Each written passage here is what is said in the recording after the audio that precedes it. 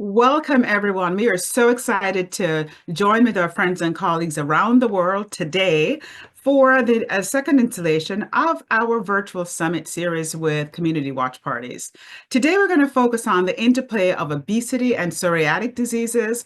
We'll talk about inflammatory pathways, emergent treatments, and some of the interdisciplinary strategies that we can utilize to improve our patient outcomes. So, again, we are absolutely thrilled to have you. I am joined today by my co-host, Dr. Catherine Bakewell, who will help us walk through the agenda and a little teaser. You'll see her again later on in the program. So just to orient us, today we're going to be starting off with our accredited session after my welcome remarks, and that will be the CME portion that Doctors Alexis Ogden and Dr. Will Sue will be walking us through, really highly informative. So stay through for everything. And as a little plug, if you want to get the CME that we have here, it's both CME and MOC for those in the US, you have to do your pre-test survey, and Dr. Bakewell is going to walk you through that as well. We'll have a short break followed by a roundtable, and then we'll have our educational symposium, Shifting Scales, the dual challenge of obesity and psoriatic arthritis, that will be presented by Dr. Catherine Bakewell and sponsored by Lilly, and that is a product theater, okay? And just in full disclosure, we also have an independent grant for medical education that is supported by Lilly as well. So on behalf of myself, Dr. Bakewell, and the entire AWIR board of Purple Ladies, we thank you for all of your support and engagement with the organization. And we're just thrilled to be here. And to give you just some highlights of what AWIR has been up to, we're starting off with thanking our corporate sponsors, Amethyst, Sapphire, and Ruby. And there's a reason that we stick with our jewels. So thank you all for your support. Without the support, we could not be and do all of the things that we do, as well as the advocacy and summit sponsors that you see highlighted here. Very strong footprint in advocacy and a commitment to education that we make available worldwide through our summit. So thank you for that. And then the ever active local chapters receive support from these sponsors here, and we thank you for your support. So for those who don't know, this story started in 2013 with four founding sisters, as we like to call ourselves, myself, Dr. Gwyneth Melton, Dr. Shelley Kafka, and Dr. Teresa Lawrence Ford. And that morphed into our first inaugural board meeting in Myrtle Beach in South Carolina in 2014. After which we really sort of said, this is the nuts and bolts, the grounding of this organization.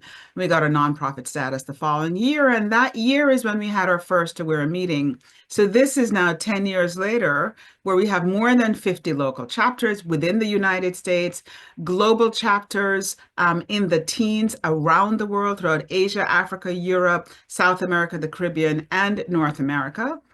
With more than 80 plus local chapter leaders here in the US, as well as our global chapter leads, and more than 11,000 global members. And I'll show you that footprint. And this is still just the beginning of the journey. So we hope that you join us and stay along with us as we continue in this. So here's just an example of where our local chapters are. And this includes Puerto Rico, plus 29 states. And remember that our local chapters allow members to network, members and non-members actually, to network, mentor, and also develop leadership skills on a local and regional level. And many of our local chapter leaders are your advocacy champions, whether they're in person or virtual on the Hill, fighting for the rights of our providers and our patients. And attendance at local chapters is free. Everyone is invited to attend, and we really welcome your engagement there. And as I mentioned, we've got global chapters and partners around the world, and many today are actually attending virtual, but there are a few that have community watch parties in their area. So if you are in one of these areas, Canada now is going to have 3 global chapters. So for instance, you can join with your local leader. You'll see that on the website.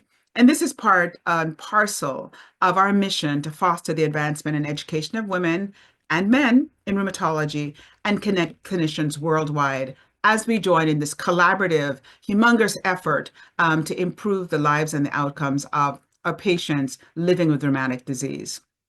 So as I mentioned, we have our chapters, but this is where our members actually are. And we will not stop. I mean, we might have to excuse Greenland for not turning purple. We will see, but we'll not stop until this entire map. There is no gray left. And you'll see we're really sort of making progress. Each meeting as I present this, I'm always impressed with how many more members we have in regions around the world, just showing us that we all belong here and that we can all benefit from each other. So if you're not yet a member, become an AWIR member today with a one-time lifetime registration fee. We have some special discounts for students, residents, and AWIR fellows, right? So these are all our AWIR trainees where you get a complimentary membership that follows you for life.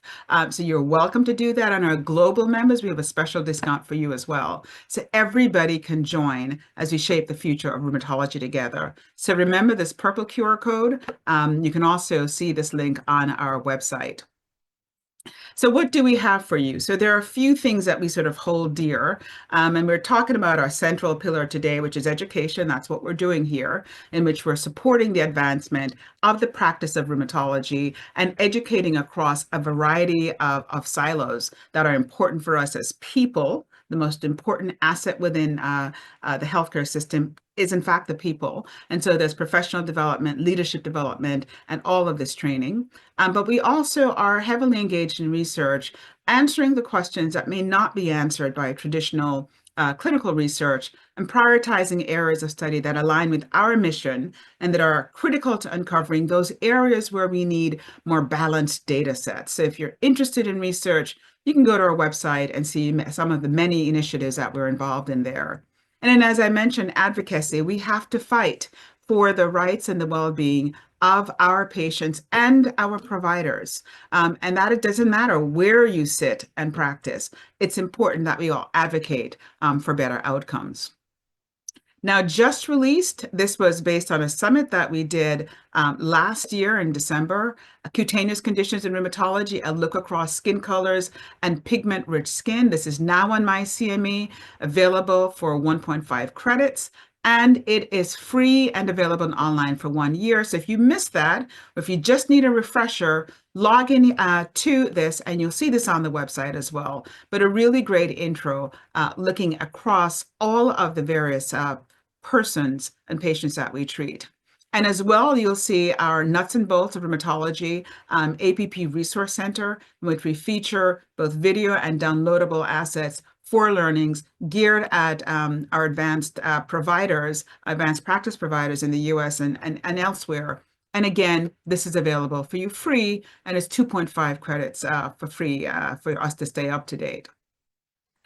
We also have on here member exclusive content. So this is one of the benefits of membership is you get to go back and look at all of our content that we have done. And you'll see this goes back as far as 2022 from our annual conferences and then our summits as well. So you'll be able to see the recorded sessions and slides from AWIR 2024 that happened not that many months ago, right? We're almost up to AWIR 2025, but you can sort of review all this content if you missed it, weren't able to attend, and you're an AWIR member, you get to sort of relive this and refresh your memory with this.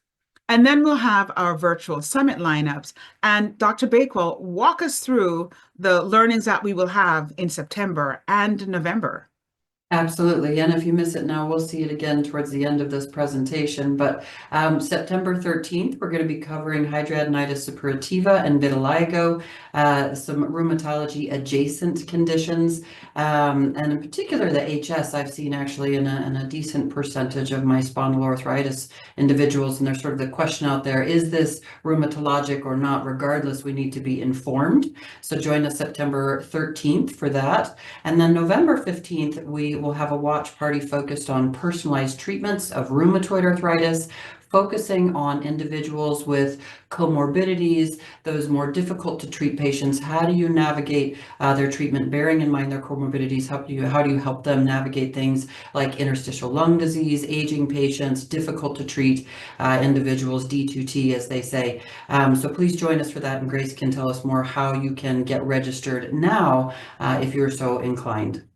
Yeah, so absolutely. The registration links for both of these summits are open. You may not see all the watch party sites present yet because those are increasing as the year goes by. But once you register, you can always go back and add a community watch party if there's one that's available near you. So you can get together and, share some refreshments with colleagues, make new friends, and be a part of that vibrant community. So we really welcome you to sign up now and then add those watch parties later. And in fact, when you look at the number of watch parties we've had, it's more than 500 HCPs registered. Actually, our last one just a month ago, we had upwards of 700 registered across the globe, with watch parties shown here in the US on the map, but also in Brazil, Canada, and Jamaica. So you can have a watch party if you're close to one of our global chapters. So stay tuned for that. It's a way to help keep our community close and strong. And then we have the annual conference that's creeping up upon us very quickly, July 24th to 26th in, I'm going to predict, sunny Orlando, Florida, in which you can join either live or virtual. But you'll say, why would I not come live if I have the opportunity to come and sort of be a part of this amazing experience? Here's a QR code. You can also see this on our website, but this QR code will get you to the registration site. So you can do that today. Just, shine your camera on here and hold it until the end, and then you can go ahead and register because there's so much available. When we think about it, this was just a few screenshots from our prior one last year. We had our keynote speaker coming in from the UK. You see all of the engaged persons, it was really sort of connecting. And of course, Dr. Merkel with Real Men Wear Purple too, reminding us that you don't have to be female to be a member of the Association of Women in Rheumatology and our leadership panel as well. So again, amazing content that we can all engage in.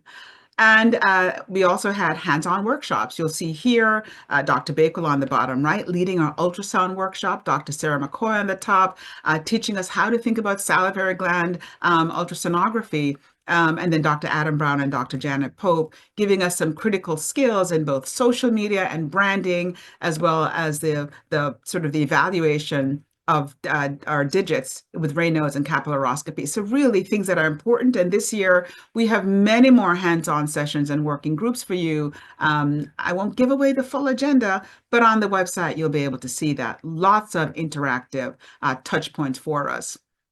Poster tours, trainees. We had more than 50 trainees present, presenting either by poster or live on the podium, and this was fantastic. You see our final presentations here from the 6 who did their live presentations on the podium. Really fantastic time. So if you're questioning why do you attend in person, it's simple. It's all inclusive. We can get a single track program for a seamless experience, connect and network, hands-on learning, and you get 15 plus CME and MOC credits for this. And you also get to relax and enjoy and support our mission. So if you can, we invite you to attend and join us in person. Love to have you there. And finally, there's lots of things that we do with our newsletter. So sign up for the newsletter if that's what you need to do and get the latest AWIR updates. And Catherine, tell us a bit more about what we can get from these newsletters. Yes, no, thank you, Dr. Wright. That was a whirlwind of information that you covered and got us up to date. All of it is available on these newsletters, and this is not just events, however, and watch parties, our annual meeting, all of that can be found there, but you will also find updates on important topics to AWIR, to our communities, to our patients. So we definitely invite you to sign up for this important resource. Now, without further ado, I want to direct your attention to the virtual meeting web app. So there is no download necessary. I'm going to point you now to the QR code. Where we tend to lose people is at our watch party. So if you're at home, you have already logged on to the app, all of the polling questions are going to automatically pop up. But if you're at a watch party, you may not have logged in. So please pull out your phones now and get logged in because you need to be logged in individually to the app in order to complete our pre and post surveys. You'll see a little tab for that. And at the end to get your CME credit. And please, holler, let us know if you missed that. Hopefully that was long enough. But without further ado, so you should be able, once you are in the app, you're going to log in with the credentials that were emailed to you in your registration. You will then get a code, you put in the code, and that's when you're officially in the app. So hopefully the polling question has popped up for all of you now. But here you go. This is our first one. Which of the following best describes your primary practice setting? Are you in solo practice, group practice, employed physician practice, an integrated hospital or health system, an academic institution, or other? And I'll give us just a beat for everybody to answer. The first polling question, is the longest for everybody to get out their phones and get going. All right.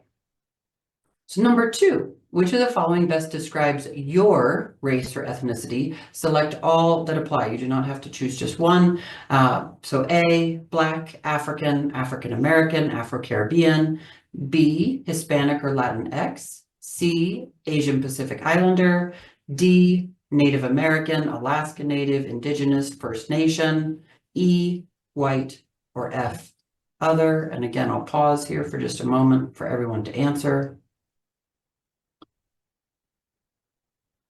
Now, the last question was about you. Now we're talking about your patients. Among your rheumatology patients, which racial or ethnic minority, pardon me, I haven't had my coffee this morning, group has the greatest representation? Again, please select all that apply. You're not limited to one answer. A, and this is similar to what we just saw, Black, African, African American, Afro-Caribbean. B, Hispanic, Latinx. C, Asian or Pacific Islander. D, Native American, Alaska Native, Indigenous, First Nation. E, white, or F, other.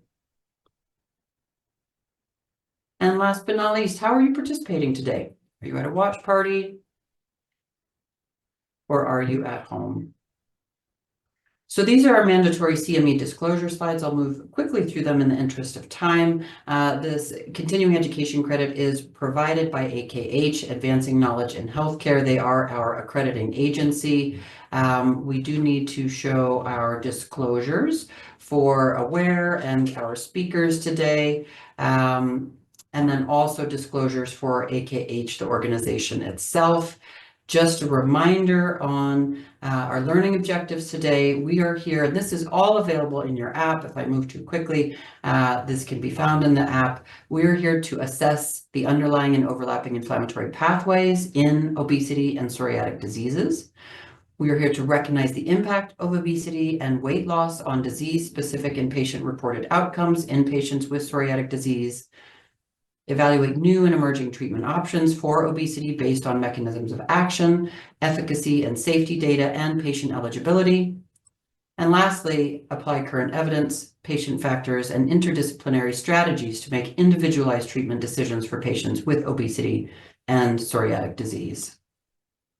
So how do you get this fabulous CME and MOC credit that Dr. Wright was mentioning? Again, make sure you're on the web app. You have to complete your pre and post test surveys. The pre-test survey needs to be done now before you watch the content. The post test will be available after the session is complete. We want you to participate in the polling questions and complete the final evaluation. And there you go. If it is claimed after April 22nd, our accrediting agency does charge a $25 fee. So go ahead and just get it done, get it out of the way, and then you're all set.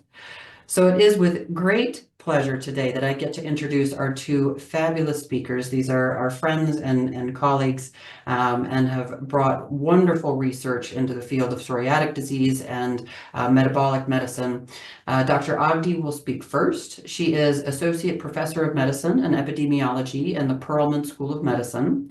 She's also Director of the Center for Clinical Epidemiology and Biostatistics and Director of the Penn Psoriatic Arthritis and Spondyloarthritis Program. The mission of her research program is to improve outcomes in psoriatic arthritis by accelerating diagnosis, increasing the focus on meaningful patient-centered outcomes, and developing and advancing methods for precision medicine. Dr. Choi is currently Director, Diabetes and Metabolism Research Center at the Ohio, she is the Director, pardon me, of the Diabetes Metabolism Research Center at the Ohio State University Wexner Medical Center. She has been a specialist in endocrinology and diabetes for nearly 4 decades and enjoys working with patients to improve hormonal disorders, diabetes control, and weight management. Dr. Choi's career has been in academic medicine, focused on basic science and clinical research in obesity, its many complications, and diabetes. So with that, it's my great pleasure to hand it over to Dr. Ogdi. Hello, everybody. Thanks so much for the opportunity to speak to you guys today, especially on this topic and with Dr. Choi. So I'm going to kick it off just by talking a little bit about obesity in general and the impact on psoriasis and psoriatic arthritis. Then we'll talk about pathophysiology of obesity, and then we're going to come back and talk about how we approach obesity and weight loss in our clinical practice. All right, so with that, I'm going to start talking about impact of obesity on psoriatic disease. Obesity is one of the key comorbidities in psoriatic disease, actually one of our most common ones. This is kind of the key set of comorbidities that we most often deal with in clinical practice among our psoriatic arthritis patients. We know that they're at increased risk for cardiovascular disease, but they also have higher prevalence of hypertension and hyperlipidemia.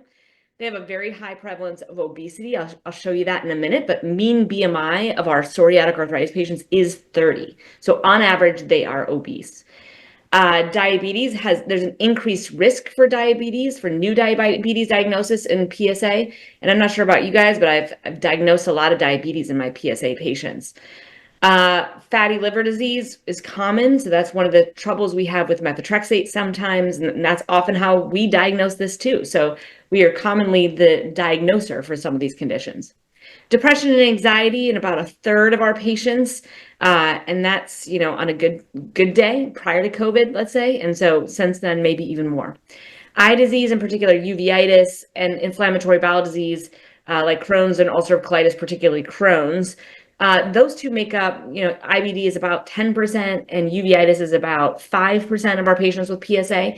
So compared to that other side, that right side, the kind of top left, which are the ones we most often associate with PSA, much rarer actually.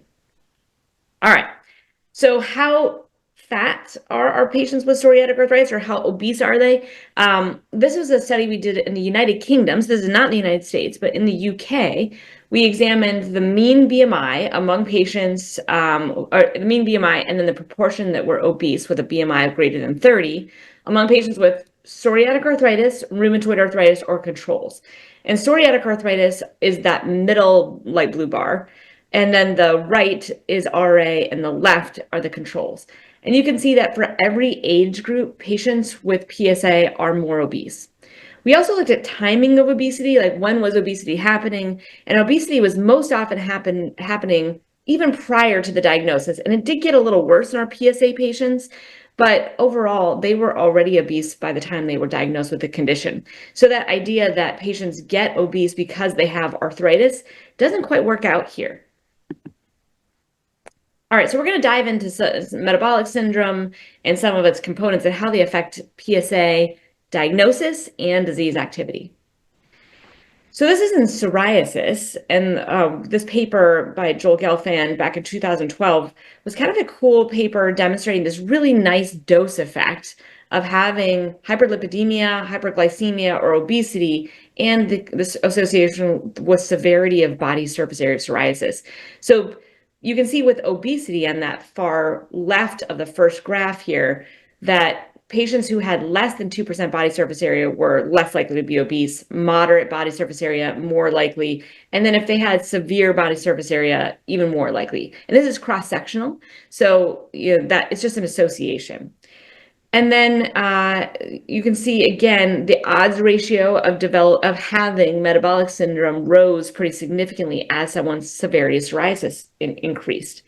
So we know that metabolic syndrome and its individual components are associated in a cross-sectional way with the prevalence of obesity.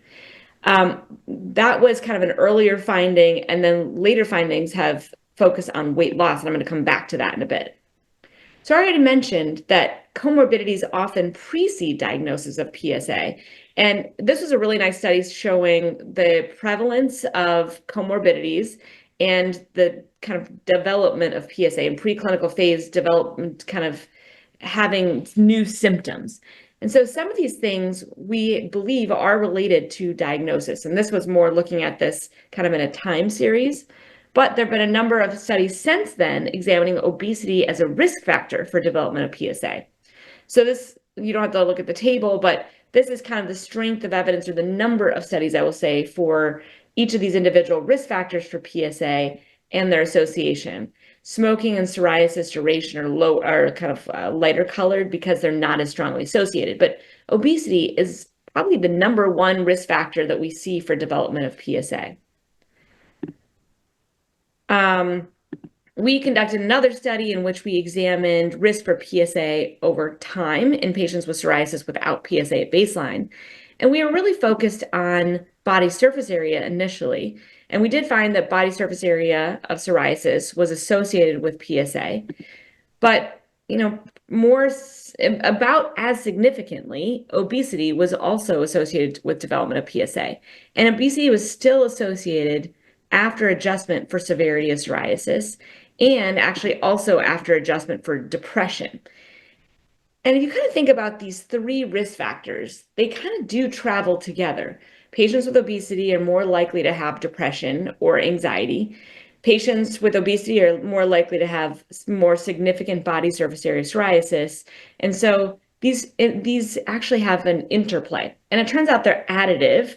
They're not exactly synergistic, although there was an interaction between obesity and body surface area. But each one of them adds additional risk. And another study in which we found that even if you ask patients about their symptoms of PSA using the PES screening questionnaire at baseline, body mass index was an equally strong predictor of developing PSA over the next 2 years in the core Avitas psoriasis registry. So these are people watched in dermatology. We had knowledge of their body surface area baseline. And that severity, the two main things that predicted development of PSA were the PES score and the body mass index. So obesity really has a strong association with development of PSA. And it's not just in PSA, but it's associated with other diseases. We also know that having obesity is associated with more osteoarthritis, particularly of the knee. That's where this is best studied. Also the hips and the hands as well. I think this is a really interesting component of this recent study by Carlson et al. Published in Arthritis and Rheumatology. They examined obesity and the risk of rheumatic disease and through a variety of rheumatic diseases. And what you see here is there's actually a difference among men and women with psoriatic arthritis. We know that there's lots of differences in terms of disease outcomes. That's a whole different talk.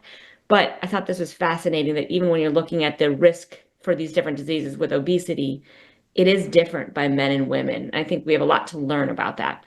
It is associated with many of these conditions, but you can see that PSA, even when you combine the sexes, the risk for PSA among obese individuals is, slightly greater than the other conditions.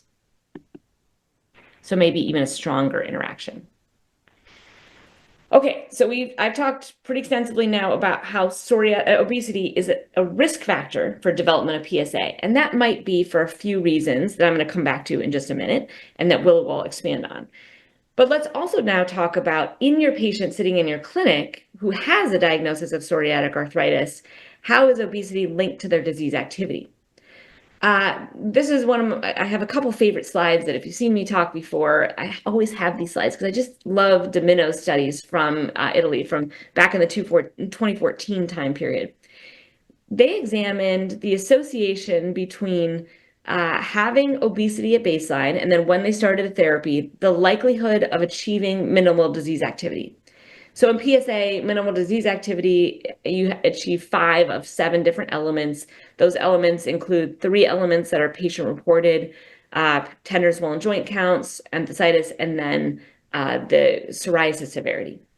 And so in this right graph, you can see that patients who were obese in the dark black line really didn't achieve minimal disease activity that much at all through 12 months. So it was pretty rare for these patients, less than 20%. But among patients who were not obese, they did have a better chance of achieving MDA. Leahy Eater also examined this in their cohort and found that having obesity was associated with an odds ratio of 0.53 for achieving MDA, and there was a dose effect with overweight having an odds ratio of 0.66. So again, here we see achievement of these low bars of disease activity is kind of blocked by being obese. I'm going to skip this slide. We found the same in another study in Corrivitas as well. And why is it that these patients don't achieve these low bars? Well, there may be a few reasons. One is that you would think that it's about the tender and swollen joints and maybe it's harder to assess, but actually that's not true. In most studies, you find that swollen joint counts and tender joint counts aren't really that different among people who are obese or not obese. So it's often not the swollen and tender joint counts. It could be the psoriasis. So sometimes the psoriasis is more severe.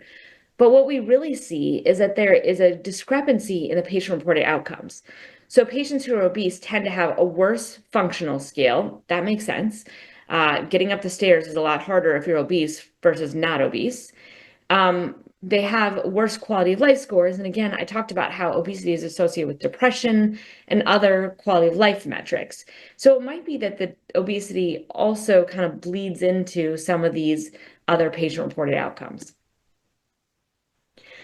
And one interesting point to that, one interesting component of that point is that there was another recent study by Katie Lung, and what she examined achievement of DAS remission or very low disease activity, and found that patients who were obese were just less likely to achieve them, as I just mentioned.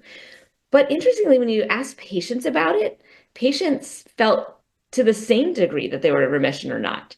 So it does call into question, is there a direct inflammatory effect or not? I think the answer is yes. I think the answer is both. There is probably a direct inflammatory effect and that obesity is associated with worse patient-reported outcomes. But it was interesting to see that obese patients also thought that they achieved remission at similar rates. Spoiler alert, as we go on, I think you'll see, though, that this is in a certain time point. So if we see this at 6 months or even 12 months, but it's really at 6 months that we're seeing this kind of these similarities. What we do see over time is that obese patients don't keep that edge for as long as patients who are not obese. So I'll come back to those slides in a minute. But when I mentioned the inflammatory versus not inflammatory, there was an interesting study examining interleukin-6 among patients who lost, and interleukin-17 among patients who lost weight versus didn't lose weight. And these people who were on the two diets, which is a ketogenic diet and a Mediterranean diet, lost more weight than the baseline. And you can see that they did have differences over time in the cytokine profiles. So the cytokine profiles improved in people who were on a diet. So before I move on to drug survival, as we think about in that cross-sectional sense, we recently examined clusters of patients and their disease features. And so I mentioned the patient-reported outcomes and all these aspects of minimal disease activity. We found that BMI was a determinant in how you land in a cluster. And that might be because of the patient-reported outcomes in our kind of clusters where you had more obesity. You can see some more of these like worse patient, global patient fatigue, patient pain, et cetera. I'm going to not talk about that too much because I just realized I misplaced that slide in the wrong place, so it's kind of out of place. Let's go on to drug survival, which I just mentioned. Among patients who are obese, we have seen in studies of TNF inhibitors that across disease indications, whether that's RA, IBD, psoriatic disease being psoriasis or PSA, patients who are obese are less likely to stay on a TNF. And that's maybe a mixed bag of things, but it's most often efficacy is the reason that people discontinue in those studies. This is a study of interleukin-17 inhibitors. This is specifically secukitamab. And what we see here is that overall drug survival looks like this, but then when you split it by obesity, this was statistically significant. Patients who were obese in Italy were less likely to stay on secukinumab as patients as compared to patients who were not obese. We see this in other studies as well. So this is not just a one-off. There's several studies that show that interleukin-17s are different. There's also a handful of studies that suggest that obesity doesn't impact IL-17s. One of the challenges is that you have to have enough time of follow-up and enough patients to follow up. So this was a pretty large study of 5-year survival. On average, we can start seeing those differences at 2 years. When we look at trials, though, every single trial says that obesity does not impact not drug retention, but really they're looking at efficacy at 6 months and 12 months, for example. And I think part of that is that you're not seeing the full spectrum of patients with psoriatic disease. So when they say in the studies that obesity didn't have an impact, just know that in trials, you really can't examine that question in the same way. We have seen that dosing matters for some studies, but in most cases, most trials look like this. This is a tofacitinib study in which you don't really see differences. I believe that if we had enough long-term data, we would see that with every one of our therapies. And to that point, we do know that obesity is one of the factors associated with multi-drug failure. This was a cross-sectional study at NYU performed by Rebecca Haberman, in which she examined the risk factors or the factors associated with having failed multiple therapies, one versus many. And obesity is statistically significant here, as are those other metabolic comorbidities like hypertension, hyperlipidemia, and diabetes. So just more suggestion that obesity is one of the factors that is associated with difficult to treat PSA. I really like this schematic of what is difficult to treat PSA. And you can see right here that factors that are associated with sustained inflammation or increased inflammation are obesity and metabolic syndrome, fatty liver disease, dyslipidemia. So this is really an important association, and it's important to identify because fixing it may improve the problem, and we'll get back to that. Just a side note that difficult to treat, no one wants to be called difficult to treat, so GRAPPA has kind of reframed this as complex to manage, which makes kind of more sense, I think, in terms of thinking about these factors like obesity that make psoriatic disease more complex to manage. Okay, so Willa is going to talk more about this, but why do we see these associations? I think it's multifold. One is I already mentioned obesity is associated with other comorbidities like depression. It's also associated with these other metabolic comorbidities like diabetes and fatty liver. Fatty liver disease may make it the impact on the liver may be that it's not going to allow us to process or allow the body to process therapies in the same way. It leads to continued inflammation, which I'll let Willa take over there because there's a lot of implications for that. And then also obesity is associated with sarcopenia and development of osteoarthritis. So it really further complicates our assessment of PSA. If you have osteoarthritis, we don't know, is that joint osteoarthritis or is there inflammation there? It's harder to say. And then when you have sarcopenia, you have more micromotion. We know that micromotion and shear forces are associated with more enthesitis and local inflammation. So weak muscles around a joint are going to allow more of that micromotion. All right, I'm going to skip through some of these things because we know that obesity is associated with more diabetes, obesity is associated with more fatty liver disease. We see these things in PSA. Similarly, cardiovascular disease and PSA, we just see more of this as well. And that's independent of obesity, but probably linked in many ways to metabolic disease. This is one study where we adjusted for diabetes, hyperlipidemia, and in other models, obesity. Obesity fell out when you were adjusting for diabetes and hyperlipidemia. But we found that PSA had an increased risk of cardiovascular disease, in particular MI, and this is for MI, about 36% greater than the general population. And that was also true of severe psoriasis as well. Okay, but there's a solution, and that's what we're going to talk more about, and Willa will mention the therapies, et cetera, and different ways of targeting weight loss. Again, if you've seen me talk before, this is one of my favorite slides from Domino in 2014, in which he and colleagues randomized patients who were starting a biologic therapy to a weight loss intervention. One is they could get the freely managed diet, or they had a Mediterranean diet. The Mediterranean diet did work slightly better, but what they saw was that among patients who were randomized to, regardless of what they were randomized to, if they lost weight, they lost 5 to 10% of their body weight, the odds of achieving minimal disease activity was 3.75. And then the odds of achieving of minimal disease activity if they lost greater than 10% of their body weight was 6.67. And again, my favorite line, and you may have heard me say this before, but achieving weight loss of greater than 10%, actually greater than 5%, is a bigger odds ratio than any one of our therapies, which is pretty remarkable. So this is a really high impact intervention that we largely haven't been able to do in clinical practice. And since that original study, there's been a number of other studies that have examined this.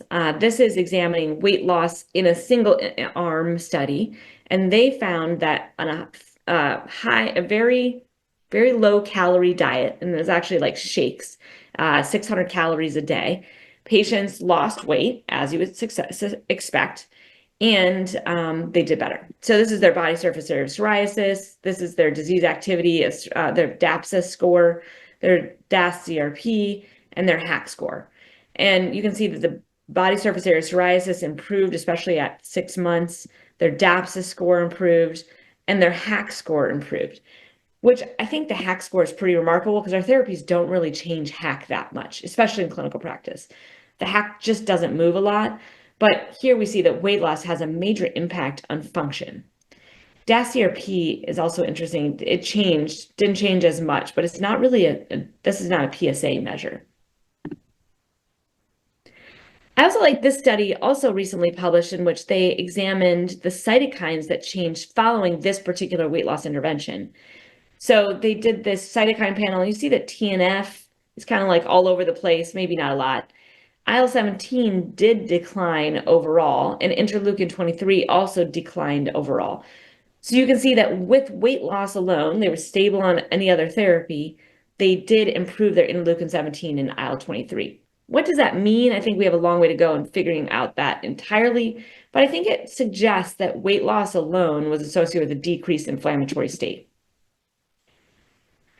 Now, this adds to information that we have from psoriasis over a longer period of time. This was a meta-analysis performed by Mahil et al., published in 2019, in which they were examining weight loss of interventions in psoriasis. And you can see here that weight loss improves psoriasis severity, and usually measured by the PASI. So, and I don't think you need to know the individual studies, but has a high risk ratio, and overall the mean difference in there certainly improved. So weight loss also improves psoriasis, and this has been seen over multiple studies. And bariatric surgery was also found to decrease the risk for psoriasis and the risk for new PSA. Not a large number of cases here, especially for PSA, larger number of psoriasis cases. So decreasing weight has improvements for the risk for new disease. This was also modeled in a study in the a large UK database, CPRD, in which they found that among patients with psoriasis, without PSA at baseline, they looked at their original BMI, and then they looked at how much their weight changed. And so if they gained weight, they're in the red, and if they lost weight, they're in the green here. And you had a decreasing risk of new PSA among those who lost weight, and an increasing risk among those who gained weight. So this is observational. We don't know why they lost weight and whether or not they were diagnosed appropriately, et cetera. But this, I think, does suggest that the risk for PSA is reduced with weight loss. So before I hand it over to Willa, just to kind of put this in context of treatment of PSA. So when we're treating the patient with psoriatic arthritis, we're thinking about, ideally, the whole patient. While it's easy to focus on the musculoskeletal disease, how many swollen joints and tender joints do they have? Should we change their treatment based on that? Also, the skin and nail disease, I hope you're considering that as well when you're selecting a therapy or choosing to change therapy. and often ideally working with a dermatologist and making those decisions. We also have all these other things to think about, and those include their concomitant conditions: obesity, diabetes, cardiovascular disease, metabolic syndrome, and we should be targeting those as well. But in addition to that, thinking about diet. So Leahy Eder and I recently finished a dietary trial that we're hoping to present at ACR. And I think we saw a lot of people feeling better on changing their food intake. Physical therapy is important for getting those muscles strong so that there's not as much micromotion around the joints. And then sleep. We know that sleep is associated with obesity. If you're not only can you have sleep apnea if you're obese, but if you're not getting good sleep, you tend to be more hungry. And so that can drive obesity too. Emotional well-being, depression, anxiety are also important for how someone's going to respond to therapy. That's a whole separate talk, but depression and anxiety also are associated with reduced therapy response and decreased time on therapy. And then thinking about, the overall how the patient is functioning in daily life, working with their friend, how they're doing at work, and then how they're faring with their friends and family. So all these things to think about, and obesity and treatment are just two pieces of that. But speaking of that, obesity, GRAPPA does, as well as American College of Rheumatology and MPF recommendations, which are undergoing revision soon, both sets of guidelines recommend maintaining a healthy weight in order to improve disease activity and disease impact. And so that includes efforts at weight loss. Physical activity is also recommended. This is helpful for strengthening joints, good cardiovascular health, and ideally for weight loss. We do know that diet is equally or more important than physical activity for weight loss, but both are important, and so we should be encouraging those. And I'm going to skip the barriers to kind of hand it over to Willa. But I just want to summarize this portion by saying obesity is associated with increased risk for PSA, increased disease activity and disease impact with PSA, and then longevity of therapy in PSA. And additionally, weight loss is associated with improvements in disease activity and potentially improvements in risk for psoriasis and psoriatic arthritis, at least in a few studies. So important to address for our our PSA population. So from there, I'll hand it over to Willa.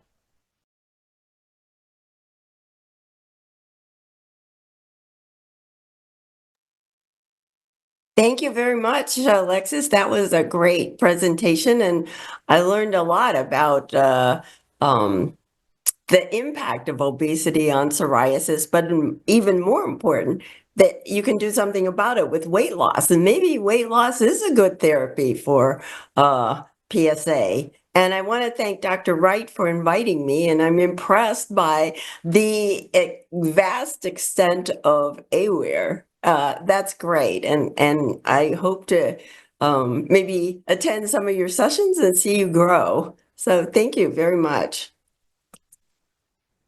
So I'm going to talk about obesity and cardiometabolic disease, but my research has focused on the adipocyte, the fat cell, as a major culprit in inducing adipose tissue inflammation, leading to insulin resistance and other inflammatory processes that you'll see is associated with obesity.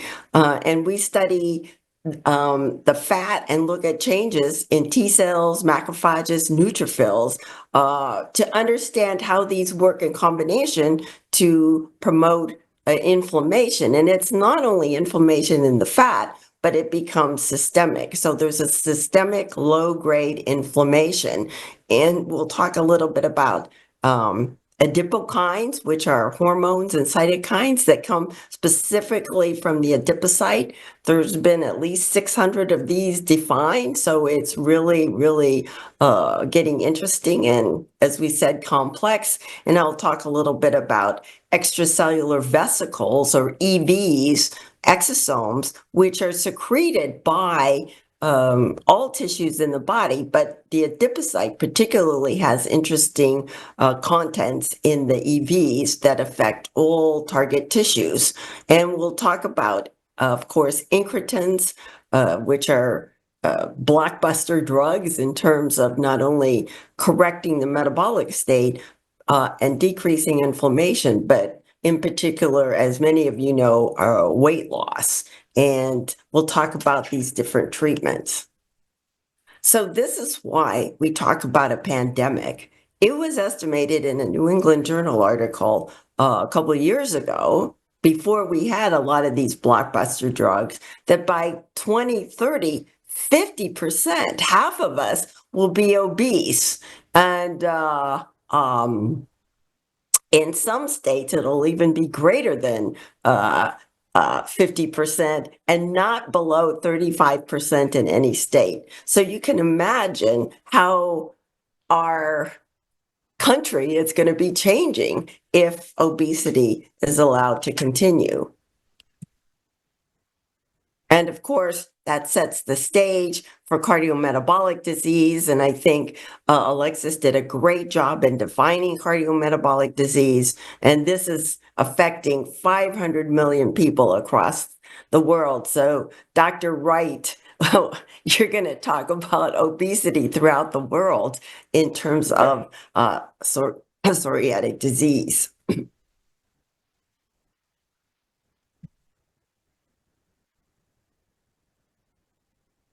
So I want to remember Dr. Gerald Reaven. He was actually one of my mentors when I was at Stanford. In his Banting lecture of 1988 at the American Diabetes Association, he called it Syndrome X, but it's become the metabolic syndrome and now the cardiometabolic syndrome, which he defined initially as resistance to insulin-stimulated glucose uptake in skeletal muscle and suppression of both impaired suppression of hepatic glucose production and adipocyte lipolysis. So what does that mean? This is the essence, in my opinion, of the metabolic syndrome. If you eat a meal, you hope that most of the glucose that you ate, the carbohydrate that you ate, will be taken up in skeletal muscle. In fact, 70% should be taken up in skeletal muscle. And if you exercise, even more is taken up. Insulin also should suppress, after you eat, hepatic glucose production. And that glucose is a major source of hyperglycemia and diabetes. And it should suppress hepatocyte lipolysis. And hepatocyte lipolysis is a major source. The fat that comes from the adipocyte then can be deposited in fatty liver. So you see how insulin resistance now is creating this constellation of metabolic syndrome. Then with the glucose intolerance, an inability to make enough insulin to overcome that insulin resistance leads to prediabetes and then ultimately, type 2 diabetes.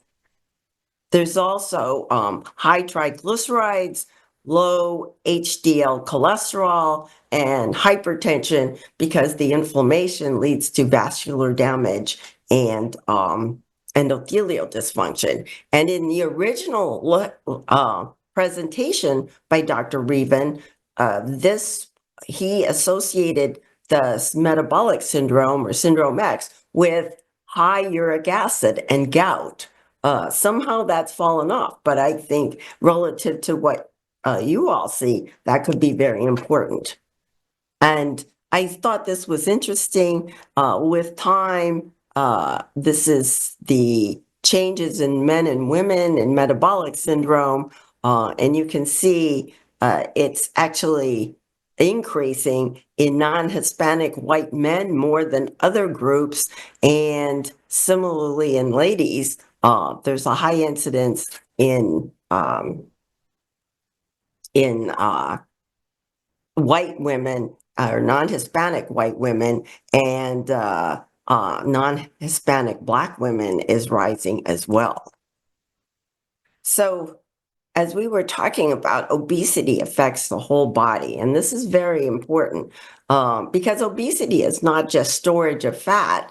excess energy in adipose tissue, but then this low-grade inflammation leads to, from head to toe, as you heard Alexis say, head to toe complications. And of course, psoriatic arthritis and psoriasis is among the top of the complications, but you see there's obstructive sleep apnea, increased atherosclerosis and cardiovascular disease. You heard about fatty liver.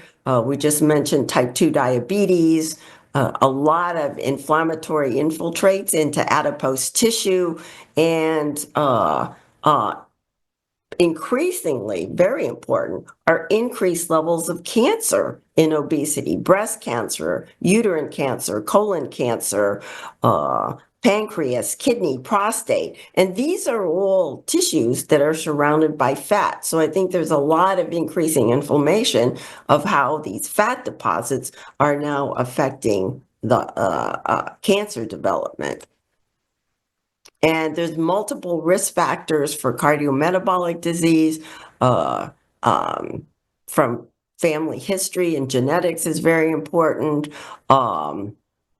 And a lot of these you can see here are reversible, some not reversible, but we see a lot in ladies with polycystic ovarian syndrome. They have insulin resistance as part of this whole syndrome. They develop obesity a lot faster, and they have more diabetes.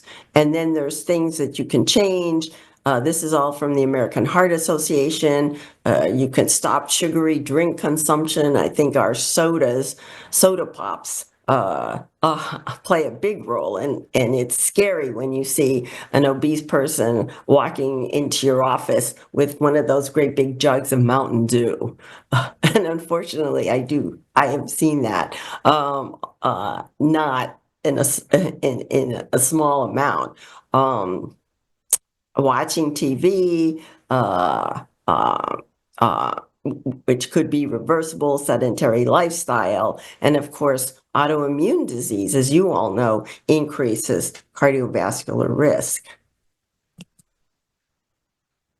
And I thought this was interesting, a variety of cardiovascular diseases, from not just hypertension and atherosclerosis, coronary artery disease, but you can see that heart failure, arterial hypertension, atrial fibrillation, which is common amongst the patients we see, are all increased in patients who have obesity compared to normal weight patients. So it's not just coronary artery disease, but a variety of different cardiovascular diseases, and you combine that with autoimmune disease, and you can, as shown in this interesting investigation, that as you increase the number of autoimmune diseases, you markedly increase cardiovascular risk. So let's get to the adipose tissue, which is the big culprit here in obesity. There are several different kinds of adipocytes, and shown here is the white adipocyte. That's WAT, white adipose tissue. And those are the cells that grow, increase in amount and size. And by the way, one adipocyte can live for 10 years. So it's a long, long time. And these are the cells that my lab studies, and trying to understand how these cells participate in this whole inflammatory complex in obesity. Then there are beige adipocytes, which are subcutaneous adipocytes that when you expose them, for example, to cold, they turn brown or beiging, and they increase their mitochondrial content. And then, for example, in the cold, they will burn fat in order to maintain body temperature. And the question has been in our field is, can you induce enough beiging to lose weight? and we can talk about that as we go along. And then there are the actual brown adipocytes, and they come from different stem cells than the beige adipocytes, but brown adipocytes are located in the neck area, in the supraclavicular area, and along the vertebrae. They also are loaded with mitochondria. Babies have a lot of brown adipocytes to maintain their body temperature, but as we age, our brown adipocytes decrease, and sometimes there's very, very little in by the time you get to 50 or 60 years old. And if you're obese, there's even less. So what angers what? All these good things you can see that people like to eat, especially high-fat diet, angers WAT, and high glucose also bothers WAT. But it's essentially, in our hands, mostly the fat in the diet. And then, of course, with obesity comes adipocyte anger, and this leads to secretion of adipokines that, as we talked about, impact these target organs. And I just wanted to comment that leptin and adiponectin were among the first adipokines to be discovered. Leptin is supposed to suppress appetite, but it's people who are obese are resistant to leptin, and they continue to eat. On the other hand, adiponectin is higher in lean people, and it goes down with obesity, but has very profound anti-inflammatory effects. And it also is important because it inhibits insulin resistance. So leptin, the inflammatory factor, goes up in obesity, and adiponectin goes down. And the increase in leptin is associated with a lot of changes, particularly these adipokines, IL-6, TNF-alpha,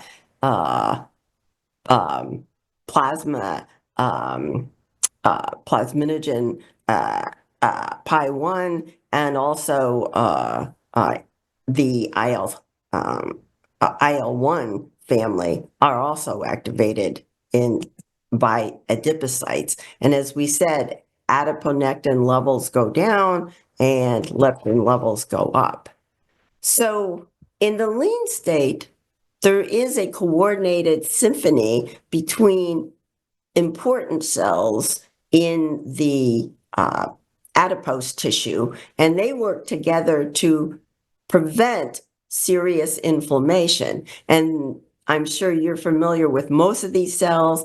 The immunosuppressive CD4 T cells, or Tregs, are very, very important. And we specifically study them because they go down, profoundly go down in obesity.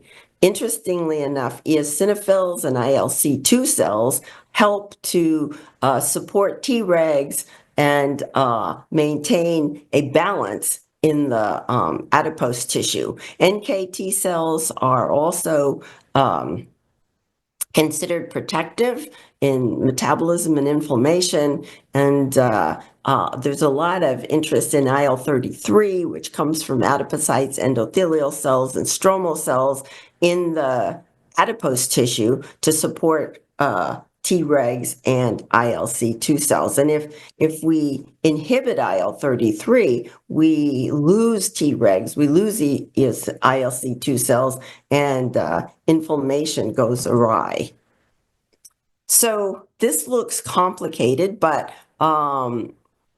this is a summary slide from one of our review articles on pro-inflammatory changes in obesity. And what we want to highlight is that some of these good cells, as we said, the Tregs in green, are fairly abundant in lean adipose tissue.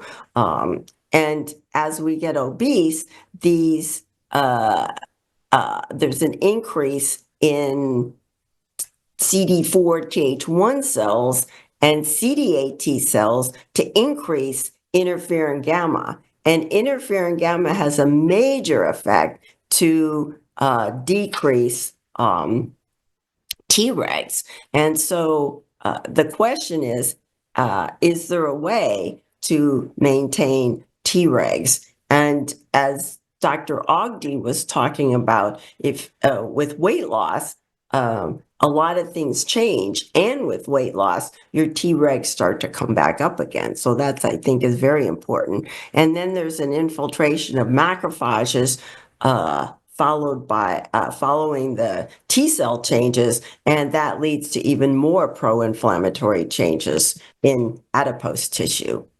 So I just wanted to comment, extracellular vesicles, as I said, EVs are very tiny particles that are made by all sorts of, all tissues in the body, all cells in the body.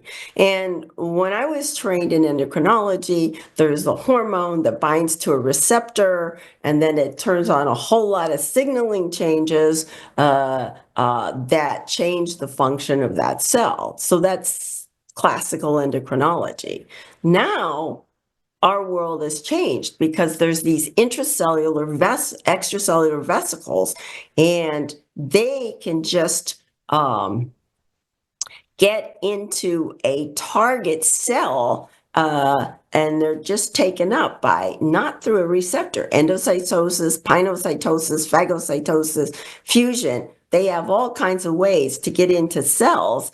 And when they get into cells, they carry lipids, proteins, microRNAs, which are small RNAs that change the ability of that cell to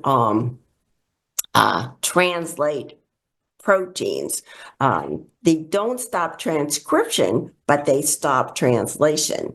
And why this is so fascinating to us is that extracellular vesicles extracellular vesicles or exosomes from adipocytes contain a lot of different cargo. Everything that's made by the adipocyte practically gets into these extracellular vesicles.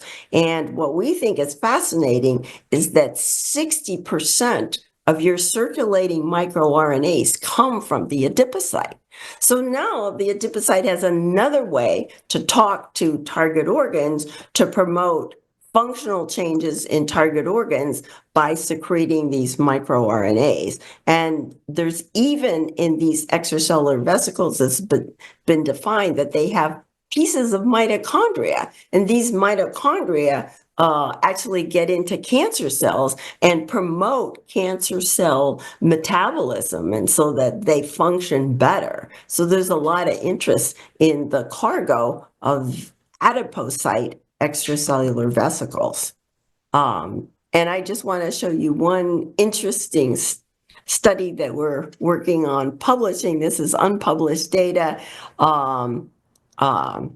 We took adipocytes from EVs from adipocytes of obese and lean people, and the adipocyte EVs, what you see here is activating these human macrophages by putting on these tails, much more in obese compared to lean. And there's a profound increase in inflammation. And here you can see, let me see, you can see that some of these inflammatory modulators are increased almost 200 fold in some of these when they hit the macrophages. So they cause a marked increase in activation and production of like IL-12, CCL2, IL-1 beta when we add obese in red, but not lean in blue, adipocyte EVs. So they're pretty, these are pretty profound changes. And one of the other things that we notice is that they can enhance in mice atherosclerosis from obese ADVs, but not from lean. And these have a lot of effects carrying the microRNAs, lipids, and other things to, for example, inhibit glucose uptake into skeletal muscle. And we talked about how that's important to insulin resistance. They've been shown to alter pancreatic insulin secretion, the obese versus the lean. And also, the obese tend to, adipocyte EVs tend to increase appetite in the brain. And so there's a lot of interesting effects from these EVs. And this is the one thing I wanted to show you. It was so shocking to us. These are mice who develop atherosclerosis. They're LDLR. They don't have any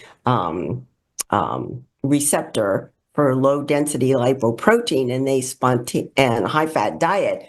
Western diet with cholesterol makes them have a lot of atherosclerosis. And this is their whole aorta shown here. And what we were shocked again to see was that obese versus lean adipocyte EVs markedly, at least by 30-40%, increase atherosclerosis from, again, obese adipocyte EVs, but very little effect of lean ADVs. And also the obese ADVs increased here insulin resistance. So these obese ADVs are affecting key target tissues, causing more inflammation, causing more metabolic abnormalities and more atherosclerosis.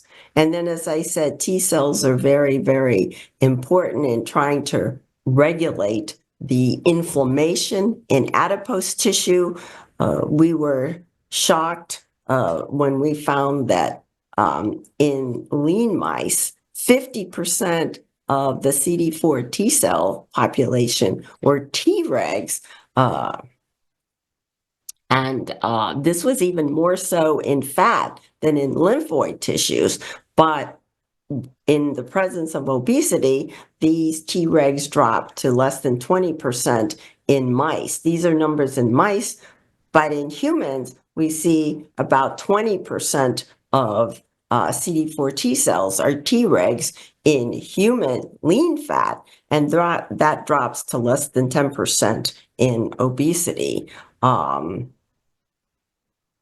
And the question is, can we change this pro-inflammatory Th1 to Treg ratios? Can we do that by weight management? And so this is just showing human work, lean, as I said before, adipose tissue has many more Tregs than obese. And this is in both, this is SAT and this is VAT. So subcutaneous adipose tissue, visceral adipose tissue, these changes are occurring in primarily, as we said, the white adipose tissue. And this leads to a lot of, won't go through it all, a lot of inflammatory changes. You lose your Tregs, and then the adipocytes get even more inflamed, and a lot of these cytokines are increased in expression in the obese adipocyte compared to the lean. And so we said, well, what happens if we feed a high-calorie diet to a lean person? And this is a little misleading because more lean men volunteered for this study compared to lean ladies. No ladies really want to gain weight. And when we did this study, we gave them Wendy's was created in Columbus, Ohio, and they're all over. They're actually in our hospital. It's the only fast food restaurant in our hospital, which was kind of scary to me. But we gave these large French fries and these huge cheeseburgers every day to lean, and that only young men would do this, lean young men to eat with the goal of increasing their body weight. And what happened was, this is interesting, there were changes primarily in the T cells, and what we saw, these are people who now gained about 5 to 10% of their body weight gained, and you can see there were decreases. We did subcutaneous adipose tissue biopsy. There were significant decreases in the CD4 Tregs, with actually a drop we saw with time in Th2 CD4 T cells, and a trend, but it wasn't significant, of increasing those pro-inflammatory Th1 cells. And you can see here, almost every single patient or subject who volunteered for this had a drop in their adipose tissue Tregs, and this was inversely associated. In other words, the more the drop, the more the increase in insulin resistance in each subject. So there were metabolic complications related to this change in Tregs. And so this decreased Treg abundance, as I said, is associated with insulin resistance, which we've been talking about, is not only, in my opinion, a pathophysiologic mechanism in type 2 diabetes, but also in atherosclerosis, also in fatty liver disease, and other inflammatory complications of obesity. And I just want to comment here, we also found increased VAT neutrophils as one of the earliest changes, even before we saw the T cell changes in adipose tissue with high-fat diet. So we've been trying to figure out, how does high-fat diet impact these different inflammatory cells? So we saw changes, increases in VAT neutrophils, decreases in Treg abundance in VAT and SAT, and then a lot of changes. And the question is, pro-inflammatory changes. How do we deal with some of these? So as Alexis mentioned, bariatric surgery not only helps with the arthritis conditions, but it's been shown to cure type 2 diabetes, hypertension, dyslipidemia, NASH, obstructive sleep apnea, decrease cardiovascular risk, and actually prolong life. So again, weight loss is a major factor that impacts the in a positive way, that impacts all those components of metabolic syndrome. So can we put bariatric surgery in a treatment? We used to call it a pill, but now it might be a shot. And the glucagon-like peptide 1 is a hormone released from the intestine, and glucose inhibitory peptide, gastric inhibitory peptide, GIP, also comes from the intestine. So all these hormones that come from the intestine are called incretins. With the early understanding about 10 years ago, maybe a little more, 15 years ago, that GLP-1 had profound effects throughout the body. Studies have just mushroomed in terms of what GLP-1 can do. And you can see here, there's effects everywhere. And the brain, we're understanding now, has a lot of GLP-1 and GIP receptors. So many effects, for example, on eating behavior are actually dependent on the brain ability to, the receptors in the brain to be activated by GLP-1 or GIP. There's also a lot of receptors in the pancreas, and that actually regulates increases insulin secretion and suppresses glucagon. We're studying some effects in adipose tissue, and one of the new things we found is that GLP-1 actually suppresses adipose tissue lipolysis, and that may be one mechanism by which these agents attenuate fatty liver disease. There's effects on gut, slowing gut motility. There's effect on ability to take up glucose in response to insulin and skeletal muscle and insulin resistance.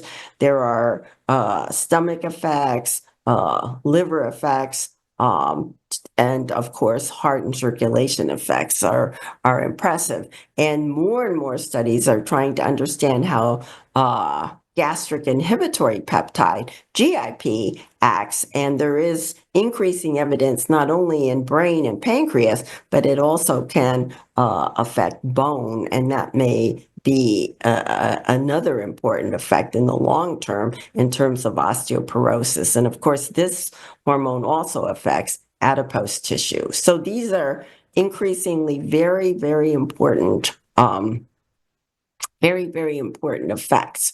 And these are approved because almost all of them here, these are the ones that have been studied throughout the year. Some of them are daily, some of them now are weekly injections, and you can see they all have an effect and have been used and approved by the FDA to improve glucose control in diabetes. And then the new combination of GLP-1 and GIP, it's a single molecule that activates both receptors, are also very effective in controlling glucose in diabetes. And impressively, it's the weight loss that is important, and you can see there's for example, average 12 kilogram weight loss, for example, with the GLP-1 GIP combination, and you can see with time this weight loss continues, and this is up to 40 weeks of randomization. So this is a very impressive changes that are going to hopefully change the way Americans look, so that half of us aren't going to be obese in 2030. So you can see that these profoundly induce weight loss. This is our old daily GLP-1, 6%. This one is also a blockbuster weight loss, 14%, and this combination, 21% a weight loss. So that's pretty impressive, as we just talked about. And this is the weight loss data, and I just won't go through it all because of time, but there's paper after paper on how these agents, how much weight is lost with these different agents. And the unfortunate thing is that if you stop them, you can gain the weight back. So we'll talk about how important it is for us to also not just give these agents to people, but to really impress upon our patients that permanent lifestyle changes are necessary. And a person can out-eat any kind of treatment, even bariatric surgery. And so it's very important to instill in our patients that the changes that they do in eating behavior and in exercise are very, very key to maintain this profound weight loss. And then in our field, the FDA has, I guess, demanded that not only do anti-diabetic drugs lower glucose, but they have to have a cardiovascular outcomes trial. And that's why it's been so difficult to get a lot of different glucose lowering agents on the market. But you can see here that most of these either are equivalent in terms of cardiovascular endpoints to standard therapy, or most of them show improved cardiovascular outcomes. So they're very impressive in terms of, I think, cardiometabolic disease. And this is a study which I thought was a very brave study. This GLP-1 was shown to improve cardiovascular endpoints in diabetes. And then they went a next step farther, which was to actually say, well, what about obese patients without diabetes? And you can see here, it's pretty impressive that there, even in patients without diabetes, cardiovascular endpoints were, and that's MACE, were reduced by 20%. So these are actually now approved. This GLP-1 is approved to treat patients with obesity and cardiovascular disease, even without diabetes. And this was an abstract that we found in, I think it was last year at the at AWIR, and autoimmune disease patients with type 2 diabetes got either a GLP-1RA or a DPP-4. And the GLP-1 is, of course, creating high levels of GLP-1. DPP-4 tends to also increase GLP-1 levels in the blood, but not as much as a GLP-1RA. And you can see comparing the GLP-1RA had a marked improvement in cardiovascular mortality and improvements in MACE. So this is showing that higher levels of these GLP-1 can make a difference in diabetes and cardiovascular disease in patients with autoimmune disease. And this is exciting to me. Recently, there was a trial that GLP-1RAs have positive renal benefits. And you all know that a kidney disease is a major complication of diabetes. And in this particular study, this GLP-1RA decreased composite renal outcomes, which is death, dialysis, or transplantation, and decreased microalbuminuria. And more recently, one of the GLP-1s have been approved by FDA to protect the kidney in diabetes. And so this is impressive. Beyond weight loss, there's a publication every couple months on a clinical trial. And what you see in blue is where they actually are now approved by the FDA to treat sleep apnea in obesity, to treat chronic kidney disease and type 2 diabetes that we just talked about. And they filed for metabolic associated fatty liver disease, MAFLD, and they'll probably get the indication to treat fatty liver disease. But you can see that in black or other studies, they prevent patients with prediabetes going on to get diabetes. They actually improve outcomes in osteoarthritis. They lower blood pressure. They improve the dyslipidemia. And interesting, there's new data that show they decrease cravings for alcohol and smoking. This is amazing because of those brain effects. There's also another study that's showing slower cognitive decline in Alzheimer's disease, and Alzheimer's disease is increased in obesity, and there's a study showing that they may even decrease obesity-associated cancer. So this is an impressive list of what these agents do, but of course there's a lot of contraindications in C-cell tumors of the thyroid, C-cell tumors of the thyroid. We don't give it. Pancreatitis, we don't give it. They can exaggerate gastroparesis in patients.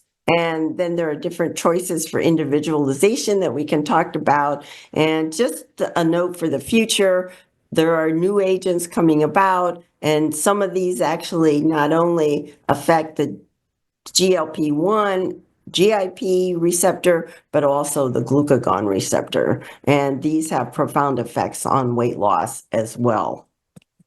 So I will stop there, and Alexis and I will have a discussion about addressing obesity in our patients, and I think Dr. Bakewell may ask some questions or moderate for this. Yes, thank you guys so much. That was a fantastic whirlwind of so much data. I love it. It really is a fascinating area of research. And I guess if you're willing, I'll just kick us off, and not to spoil what is coming at ACR, Dr. Agdi, with you and Dr. Ader's study coming out on diet. But if you're willing, may I pick your brain on what you say to patients about diet when if you mention the Mediterranean diet, do you talk to people about kind of all the dairy-free glucose, like, everybody says I'm maybe celiac or so gluten intolerant, kind of talk to us. So what do you say? So I say, first of all, that every person is individual, and so I could recommend a diet, but it may not work for that person. But a lot of people do find benefit with dietary changes, and sometimes people find that certain foods trigger arthritis more than others. So it's really hard to study for that reason, because there's so much differential, each person is so different. But I say among diets that have been studies suggest that the Mediterranean diet can be beneficial. You don't have to go all the way to those vegan diets or highly anti-inflammatory diets. But I do say whatever you choose, you can try it, but try it for like 8 weeks. So you really commit to something for a period of time to really know if it works, and then slowly introduce things back if you want to know if it's not going to, if you have triggers. So once I tell them 8 weeks, they're like, yeah, I don't know about that. So, but it really does take a long time for those things to kind of turn over. The most impactful thing that we found from our baseline data was sugar. So the amount of sugar an individual consumed was directly related to the number of swollen joints that they had. So I really do find a lot of patients do better with sugar elimination, but I can't eliminate sugar from my diet. So I am very conscious of being careful about suggesting that too. It's incredibly difficult. I agree.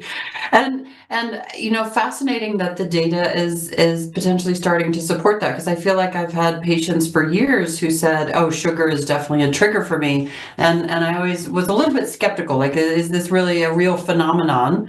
And yet it sounds like it may be. And I think that's fascinating. And I thank you for sharing about the 8 weeks too, because I wasn't sure about the duration of time. I've heard about that elimination diet and adding back in, but do we really have to give it adequate time to sit? And I will pause actually, because I do have more questions for our speakers, but I do want to remind people to put their questions into the app. So in the Chime app, you can type in questions and we will pose it to our hosts. Dr. Wright, feel free to hop in if you see one burning in particular, but perhaps in our moment, I was going to stop and ask Dr. Choi. I was intrigued by one thing as far as risk factors for cardiometabolic disease. I saw antidepressants on the list. I was curious about a potential mechanism for that, or if it was more depression itself, and or the linking dementia and obesity, if you had thoughts on a mechanism there. There's interesting central nervous system correlates there that I don't think we know much about. Yeah, great questions. The Let me start with the last question about dementia.